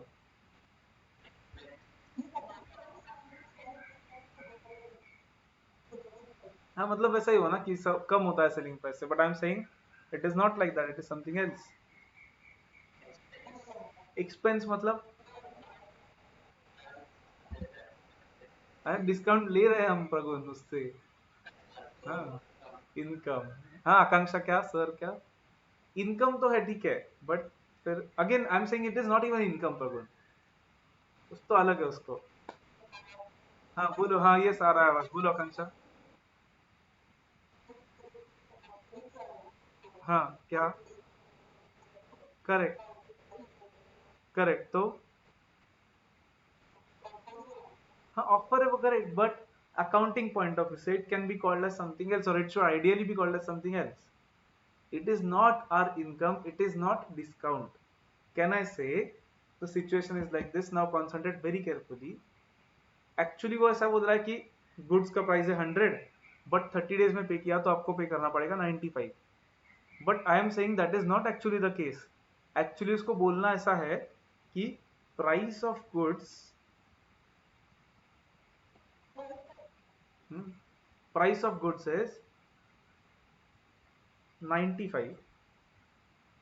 Sorry, price of goods is 95 and if you पे लेट आपको इंटरेस्ट पे करना पड़ेगा 5 रुपीज का.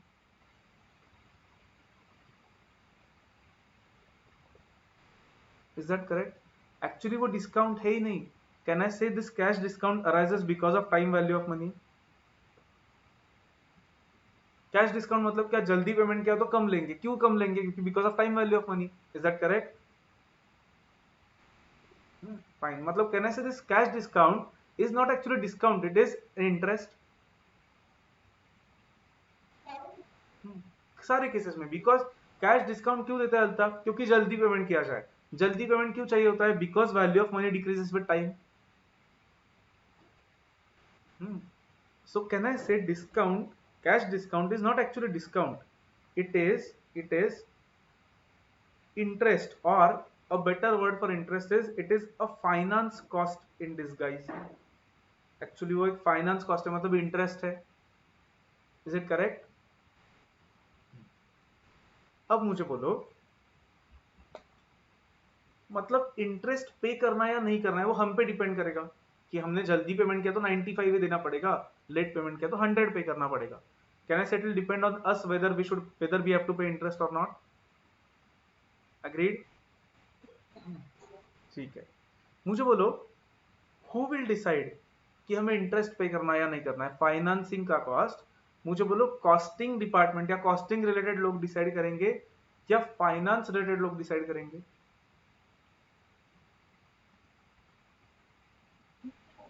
जिनको पैसा देना है, करेक्ट. कौन कौन मैनेज करता है पैसा देने का? फाइनेंस वाले लोग. फाइनेंस वाले लोगों का काम का क्या होता है कि बिजनेस में पैसे कहाँ से लाने हैं, फाइनेंस कैसे करना है बिजनेस, एंड बिजनेस से पैसे कहाँ पे इन्वेस्ट करने चाहिए. ओके मतलब पैसे कहाँ पे लाने हैं और कहाँ पे इन्वेस्ट करने हैं. These decisions are taken under financial management and not under costing. Costing is concerned with operations of business, whereas financial management is concerned with financing and investing of the business. तो फिर can I से ideally ये 5 we are not concern with this 5 rupees मतलब. तो फिर can I से हमने costing में रिकॉर्ड करते वक्त according to prudence we should record it at 100 only. Correct. क्योंकि हमने 95 पे किया तो इसका मतलब वी आर अज्यूमिंग कि हम वो डिस्काउंट अवेल करेंगे, मतलब हम वो इंटरेस्ट नहीं पे करेंगे। But do we know as cost accountants, do we know कि वो होने वाला है या नहीं होने वाला है? No, right? That is an entirely different decision. वो जो डिसीजन है पेमेंट का, that does not depend on this material cost या प्रोडक्शन का कॉस्ट, उस पर डिपेंड ही नहीं करता है। वो डिसीजन कहने से इस पे डिपेंड करता है कि हमारे पास पैसे है क्या, उसकी अपॉर्चुनिटी कॉस्ट क्या है, हमने अभी पे करना चाहिए, बाद में पे करना चाहिए। कैन आई से it depends on that? Correct. आपको याद है क्या मैथ्स में हमने 4 पॉइंट्स देखे थे for reasons of time value of money, inflation, liquidity preference, risk of default and opportunity cost. Correct. तो कहने से डिपेंडिंग ऑन अपॉर्चुनिटी कॉस्ट या फिर हमारा liquidity preference, we will decide whether to pay now और not.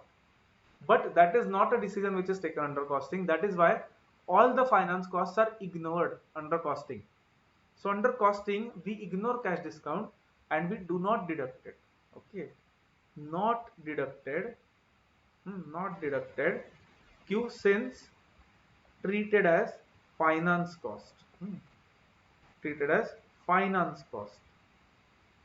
Financing का cost है business का, मतलब बिजनेस के पैसे whether we have to keep it with us और पे, उससे रिलेटेड डिसीजन है वो।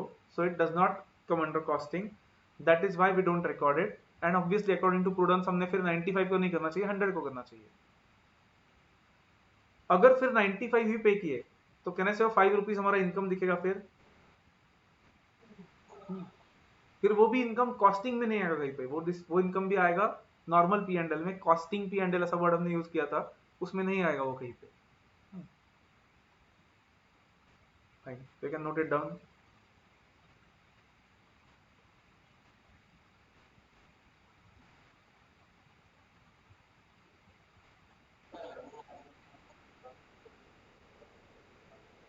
बोलेंगे ना कॉस्टिंग में इनकम बोलेंगे क्या, लेकिन उसको हमारे लिए, हमारे सब्जेक्ट के लिए इज दिस इनकम? नो। हाँ इंटरेस्ट है, करेक्ट है, agreed. But if we are recording at 100 rupees, then accounting point of view से कहने से हमें वो क्रेडिट ही करना पड़ेगा, 5 रुपए इनकम में ही दिखाना पड़ेगा। हाँ, हाँ मतलब इनकम ही हुआ अकाउंटिंग पॉइंट ऑफ व्यू से, right? Can be record in expenses. Interest है वो actually, but are we recording it as interest? No.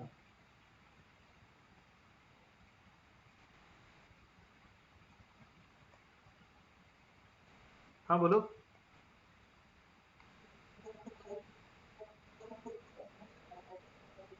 हाँ बचा हुआ देखो रिकॉर्ड, नो प्रॉब्लम।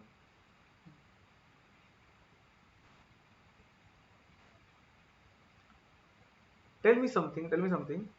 आइडियली, फिर आइडियली इसका अकाउंटिंग कहने से ऐसे ही करना चाहिए हमने कि 95 पे रिकॉर्ड करना चाहिए और 5 रुपए इंटरेस्ट दिखाना चाहिए। Is it correct ideally? क्या बोलते हैं इस कंसेप्ट को कि मतलब वो तो डिस्काउंट है, फिर भी हम उसको इंटरेस्ट दिखाएंगे, कहने से this is substance over form.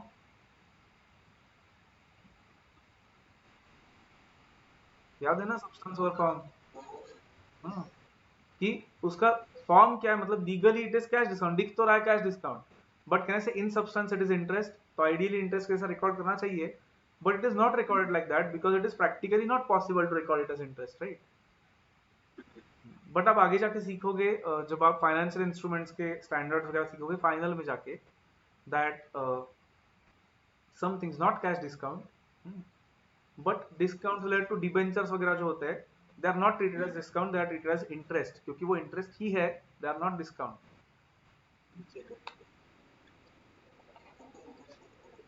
Interest नहीं, डिबेंचर्स के इशू पे अगर डिस्काउंट हुआ तो that is also not treated as discount, it should ideally be treated as interest. And वो किया जाता है अकॉर्डिंग टू वो जो financial instruments related accounting standards आप सीखोगे आगे जाके फाइनल में, not right, they are very advanced. Done? Everyone done? Can we proceed? Okay, इसका फोर्थ पॉइंट लिखो, सब्सिडीज या ग्रांट्स या इंसेंटिव्स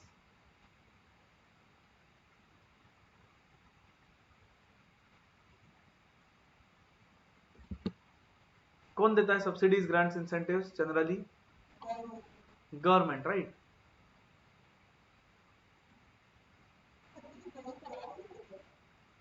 हाँ, देयर माइट बी सम, मतलब ऐसा हो सकता है कि एक कुछ तो कार्टेल है सप्लायर्स का, and they are getting something at subsidized rate from someone, या इंसेंटिव्स मिल रहे हैं सप्लायर से, इट इज पॉसिबल। हाँ, subsidies, grants, incentives is generally used for government only, but it is possible कि कोई रेगुलेटरी बॉडी है, कोई कार्टेल का रेगुलेशन है, तो वो कुछ ऐसा ग्रांट करते हैं, कुछ कंट्रीब्यूट करके सब्सिडाइज करते हैं, दैट इज आल्सो पॉसिबल। वैसा ही लगता है ना, माफिया वगैरह। ओके, अब इसमें देखो। हाँ, अब सब्सिडीज अगर हमारे रॉ मटेरियल के अगेंस्ट सब्सिडी मिल रही है, like for example when we purchase gas cylinder, we get subsidy from government, एक कुछ तो 100-150 रुपीज की सब्सिडी मिलती है। वो इमीडिएटली मिलता है क्या सब्सिडी हमें? मतलब लेट्स से वो 800 का सिलेंडर है एंड 150 की सब्सिडी है, कुछ तो परसेंटेज होता है वो, ठीक है, लेट्स अज्यूम कि 800। करेक्ट, मतलब हमें पे तो 800 ही करना पड़ेगा, बट कैन आई से इट इज डेफिनेटली श्योर कि हमें वो 150 वापस मिलने वाला है? हम्म, तो फिर शुड बी रिकॉर्डेड एट 800 और 650? Anyone?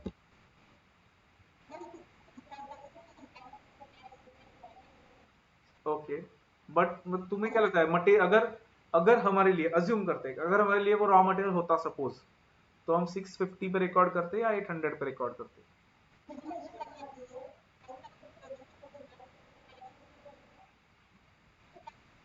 No, but understand something, Altaf.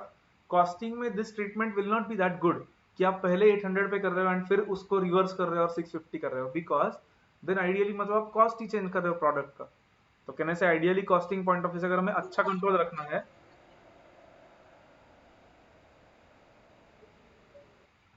तो वही मैं बोल रहा हूँ कि मटेरियल में कितना दिखाओगे फिर, 800 या 650? 800। Okay, anyone else? बोलो। 650 सब्सिडी तो मिलने ही वाली है। Okay, 650 others pass 650, 650, 650 is correct, क्योंकि that subsidy we are going to get in any case. That means कहने से हमारे लिए कॉस्ट इज नॉट 800, हमारे लिए कॉस्ट इज 650। तो फिर मटेरियल का कॉस्ट हमने 800 दिखाया, तो कहने से unnecessarily we are inflating the cost of material. समझा Altaf? So we should not record it at 800, we should record it at 650 only if that subsidy is sure, that subsidy is 100% sure. Obviously government से तो it is sure, but अगर ऐसा कुछ है कि वो supplier बोला कि मैं शायद डिस्काउंट दूंगा बाद में, तो रिकॉर्ड करेंगे क्या ऐसा कुछ? नहीं, then we are not sure obviously. But subsidy है, गवर्नमेंट की सब्सिडी, ग्रांट है, इंसेंटिव है, तो we will deduct it even if whether it is received right now or whether it is going to be received later. If it is sure, then we'll record it. Understood? Obviously according to prudence ना, कि अगर sure है तो ही करना चाहिए हमने, otherwise we should not record it, otherwise हमने full cost पे दिखाना चाहिए। But now subsidies are not only for material, ऐसा भी होता है कभी कभी government gives subsidy to purchase a land, to purchase a building, to construct a building। वो सब्सिडीज का मटेरियल कॉस्ट से कुछ लेना देना है क्या? No, correct. So only subsidies, grants and incentives which are related to material should be deducted from material cost. Got it? Okay. हाँ, but वो हमारे लिए रॉ मटेरियल हुआ क्या? ई व्हीकल, मुझे बोलो। नहीं, right, it will be an asset for us. तो फिर आइडियली वो मटेरियल कॉस्ट से कुछ आएगा क्या उससे लेना देना? नहीं, राइट। सो क्या लिखा था मैं? If related to material and if receipt is certain, then deduct from cost। ऊपर कैसे लिखा है? डिडक्टेड लिखा है क्या? ठीक है, डिडक्टेड फ्रॉम। क्या बोल रहा था अल्ताफ, तुम क्या बोल रहे थे? पवन को कुछ बोल रहे थे क्या? अच्छा, कौन से व्हीकल पे मिल रहा है?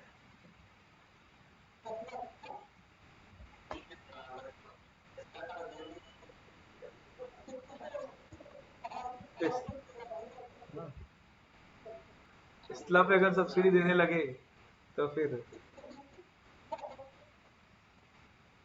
ओके, डन, लिखा सबने? एंड क्लियर है क्या सबको? If only if it is related to material, अगर it is not necessary, subsidies तो अलग अलग फॉर्म के होते हैं। Generally subsidies are given to run business also. ये आप बोरोइंग कॉस्ट के अकाउंटिंग स्टैंडर्ड में ज्यादा सीखोगे सब्सिडीज के बारे में। तो बोरोइंग कॉस्ट नहीं, एस 12 गवर्नमेंट ग्रांट्स के एस में सीखोगे इसके बारे में आप, एस 12 में। तो उसमें पूरा डिटेल में सीखोगे अकाउंटिंग।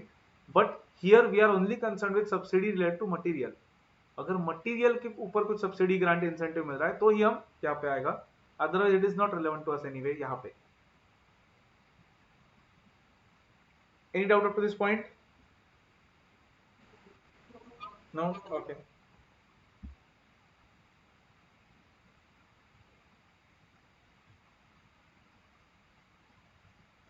नेक्स्ट, नेक्स्ट कैटेगरी, अब ये ए पॉइंट था discount subsidies etcetera. Next category, अब ये बहुत इंपॉर्टेंट है, टैक्सेस। टैक्सेस,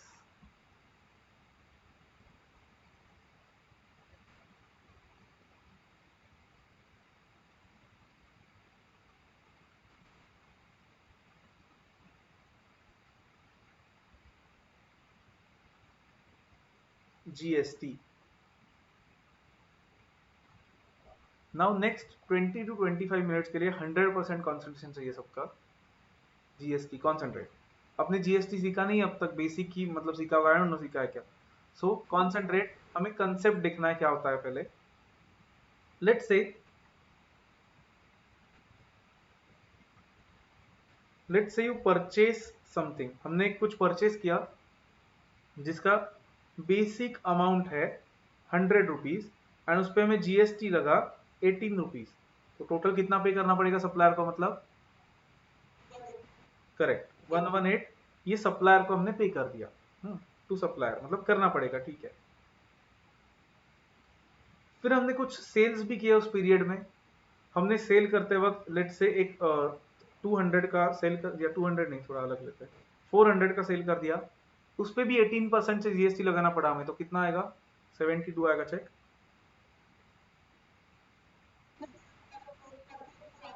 हम्म, नहीं, नॉट नेसेसरली वो सेल्स में इंक्लूडेड है या नहीं, that does not matter, but हमने कुछ तो सेल किया है। शायद ऐसा हो सकता है कि वो परचेस किया हुआ है, सेल किया है, या फिर शायद अल्ताफ ऐसा भी हो सकता है कि परचेस्ड मटेरियल स्टॉक में और हमने दूसरा कुछ सेल किया है। But this is what we have sold during the period. जो भी हो, ये हो या कुछ और हो। कहने से हमें कस्टमर से इतने मिलेंगे, करेक्ट। अब कैसे होता है जीएसटी का system, understand very carefully. GST में आपने ये सुना होगा कभी ना कभी कि GST is a tax on and consumer.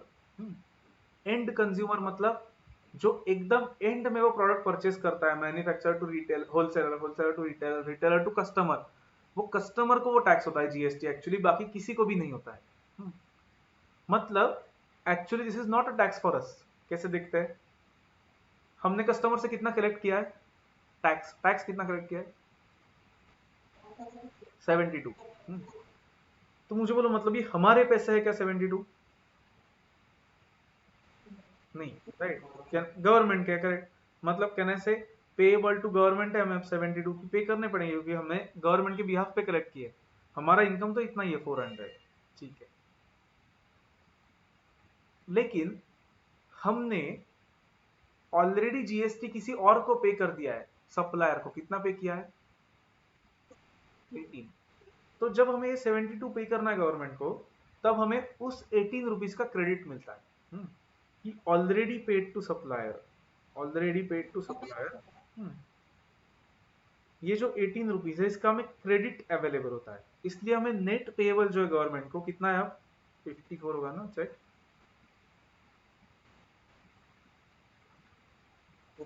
Correct. तो अब हमें गवर्नमेंट को नेट बेसिस पे सिर्फ 54 ही पे करना पड़ेगा। अब इसके वजह से क्या हुआ देखो, कैन एनीवन टेल मी कि हमने टोटल टैक्स किसी को भी, गवर्नमेंट को या सप्लायर को, टोटल टैक्स कितना पे किया है हमने?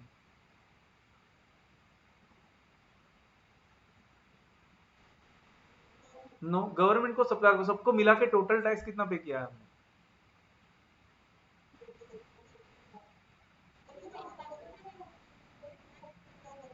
गवर्नमेंट को हमने गवर्नमेंट को 54 पे किया, लेकिन कहने से हमने सप्लायर को भी तो 18 पे किया।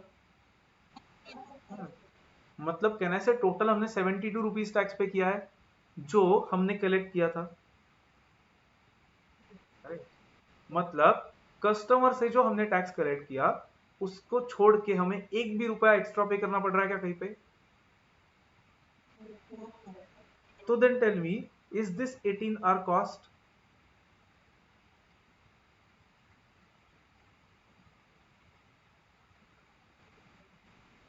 नो, क्योंकि कहीं पे भी वो 18 रुपीज हमें एक्स्ट्रा पे ही नहीं करने पड़ रहे हैं, हमें तो 72 पे करने पड़ रहे हैं। और ये नहीं होता तो भी 72 ही पे करने पड़ते, ये है तो भी 72 ही पे करने पड़ रहे हैं। मुझे बोलो, कहने से अगर ये नहीं होता सपोज, तो कहने से फिर गवर्नमेंट को ही पूरे 72 देने पड़ते हमें। अग्रीड? वेर एज अब ये है, इसके वजह से हम सिर्फ इतना कर रहे हैं कि गवर्नमेंट को 54 दे रहे हैं और सप्लायर को 18 दे रहे हैं, that's it. That means can I say that 18 is not at all a cost for us. तो फिर जीएसटी अगर कॉस्ट ही नहीं है हमारे लिए, तो हमने मटेरियल में ऐड करना चाहिए क्या उसको? No, right, fine. ठीक है, तो यहां पे लिखता हूं मैं, लिखो मत कुछ भी, बट नॉट एडेड, अब ये डिडक्टेड नहीं है, अब ये डिस्काउंट वाला खत्म हो गया, अब एडिशन वाला चालू हो गया ना, तो not added to cost. But अब और एक केस लेते हैं यहाँ पे, let's say exact same case है। परचेस हमने किया 100 रुपीज का बेसिक, टैक्स 18, टोटल 118। हमने सेल किया 400 को, but we have not registered under GST, हम जीएसटी के अंडर रजिस्टर्ड नहीं है। मुझे बोलो, अगर हम जीएसटी के अंडर रजिस्टर्ड नहीं है तो हम जीएसटी चार्ज कर सकते क्या लोगों से?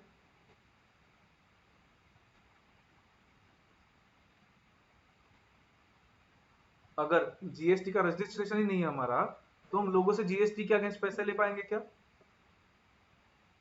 नहीं, राइट। तो हम जीएसटी नहीं चार्ज कर पाएंगे फिर, तो फिर हम लोगों से कितने कलेक्ट करेंगे सर?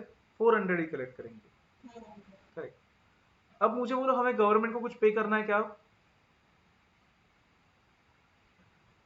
Is anything payable? नहीं, is anything payable now government को?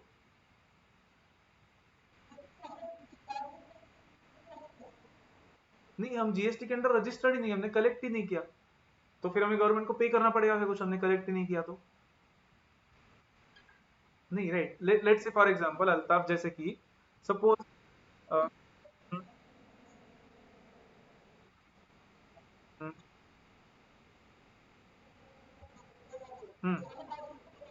करेक्ट ना, लेकिन कस्टमर से हमने रिकवर किया है क्या यहाँ पे?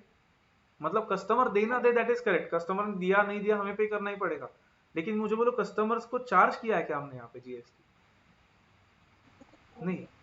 जैसे कि अब कॉन्सेंट्रेट अल्ताफ, सपोज तुमने पर्सनली एक जाके मार्केट से, let say you purchase something, some product, एक डायरी परचेस की तुमने, स्टेशनरी का आइटम परचेस किया 100 रुपीज को, तुम्हें 18 रुपीज टैक्स लगा और 118 को तुम्हें मिला वो, एंड फिर तुम वो प्रगुन को बेच रहे हो 400 में, तो तुम प्रगुन को जीएसटी चार्ज करोगे क्या?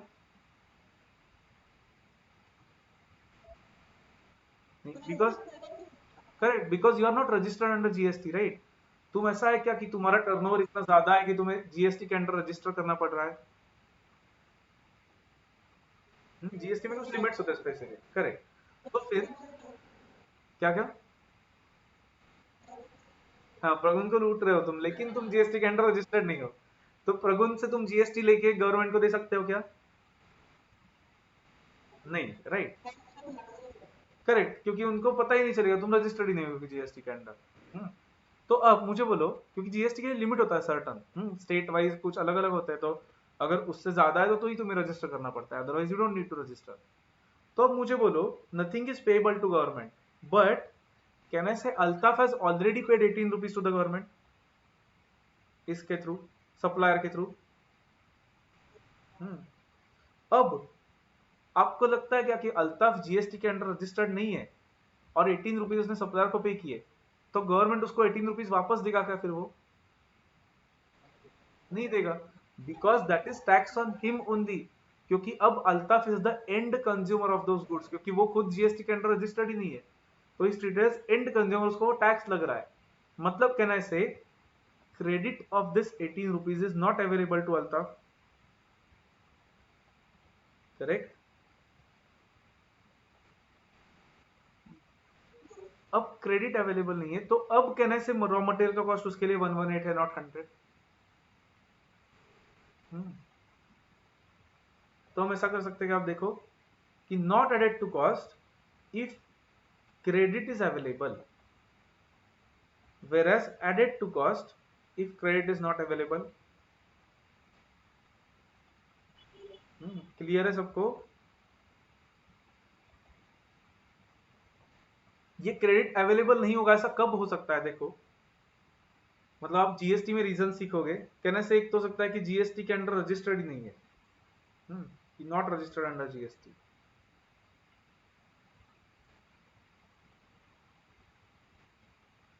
फिर ऐसा भी हो सकता है कि देखो कॉन्सेंट्रेट, कि इस पे 72 है, वो रजिस्टर्ड तो है, और 72 भी ले रहा है कस्टमर से, बट ये जो सप्लायर था ना, ये सप्लायर फ्रॉड निकला, मतलब उसका जीएसटी नंबर फेक था।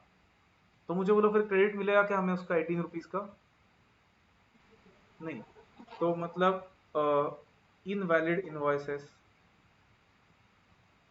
इसके भी रीजन आप सीखोगे वहां पे, मतलब जीएसटी में, कि क्यों, कौन से वजह से क्रेडिट नहीं हो सकता है अवेलेबल। इनकरेक्ट डॉक्यूमेंट्स की वजह से हो सकता है, कि डॉक्यूमेंट्स नहीं दिए उसने, प्रॉपर इनवॉइस ही नहीं दिया, तो आप क्लेम ही नहीं कर पा रहे। उसके इनवॉइस पे उसने जीएसटी नंबर ही नहीं लिखा, तो फिर आप कैसे क्लेम करोगे? क्लेम ही नहीं कर पा रहे, दैट इज पॉसिबल। या फिर some goods are not allowed, मतलब सम गुड्स का क्रेडिट ही अलाउड नहीं होता है, तो वैसा होगा अगर, तो फिर नहीं कर पाओगे। तो ऐसे केसेस में फिर क्रेडिट नहीं अवेलेबल होगा, अवेलेबल नहीं होगा तो फिर वो हमारे लिए कॉस्ट हो जाएगा। Any doubt in this, anyone? No? Note करो ये प्रॉपरली, ये पहले नोट करो 2 लाइंस, फिर एग्जांपल नोट कर लो केयरफुली।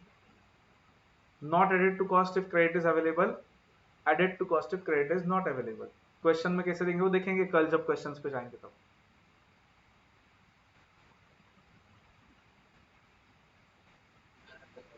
डन? okay.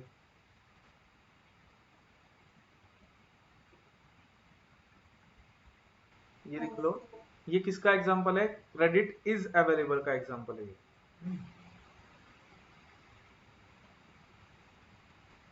एंड नीचे का क्रेडिट नॉट अवेलेबल।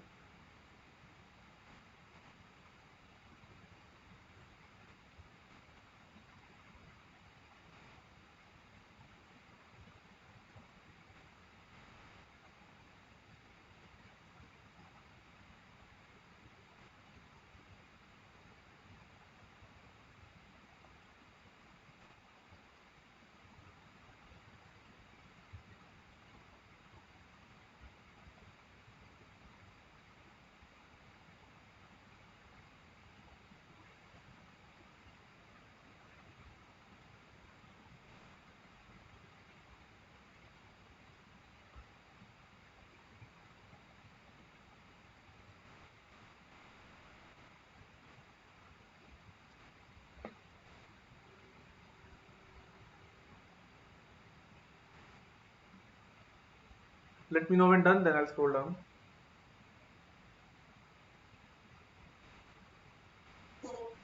हाँ हाँ, होने दो, होने दो।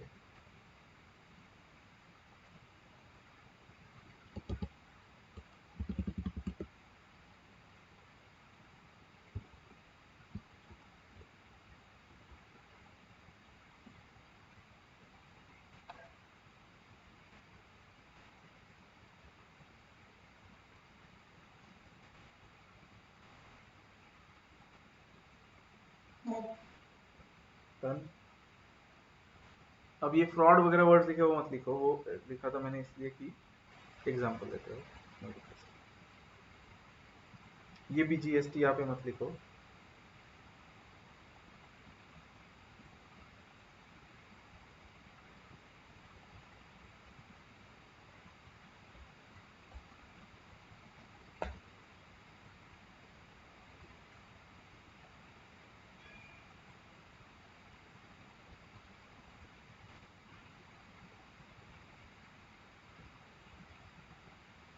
रिमेंबर जीएसटी हमारे लिए कॉस्ट होगा only if we are the end consumer, मतलब हम उसका क्रेडिट आगे नहीं ले पा रहे हैं तो ही हमारे लिए वो कॉस्ट होगा, otherwise it will never be a cost for us.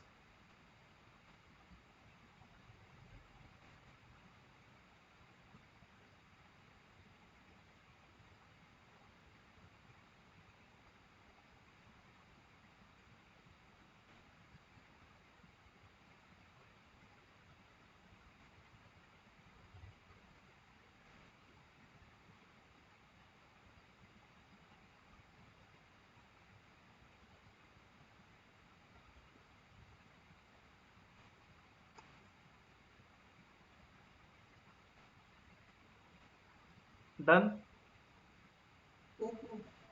Okay, करो करो।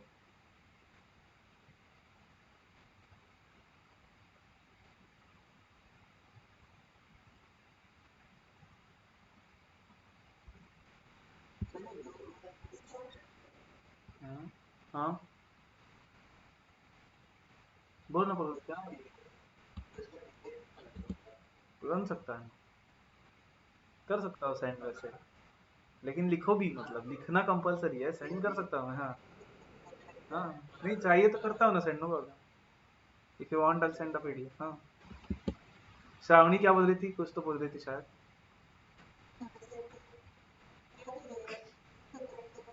हाँ, सब लगा ही था मुझे पॉइंट में आएगा श्रावणी का प्रगुण का डाउट ये इसमें। Invalid invoice. नहीं, मुझे लगा था कि प्रगुण ने श्रावणी का आएगा, आया ये। वो मुझे खुद को ही इन्वोल्ड लग रहा है क्योंकि इनवैलिड है।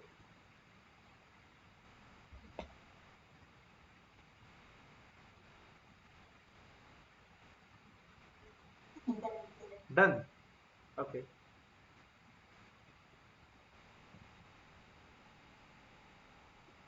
ठीक है। Any doubt anyone? If not, हाँ बोलो। हाँ, सेंड करता हूँ पीडीएफ, नो प्रॉब्लम, करो। हम्म, ठीक है, आई सेंड टू। यस, चलो then let's stop for today, will meet tomorrow at 7। Okay, 1 तारीख तक हम कर सकते हैं कंटिन्यू 7 बजे। ओके, यस, चलो देन बाय एवरीवन। यस।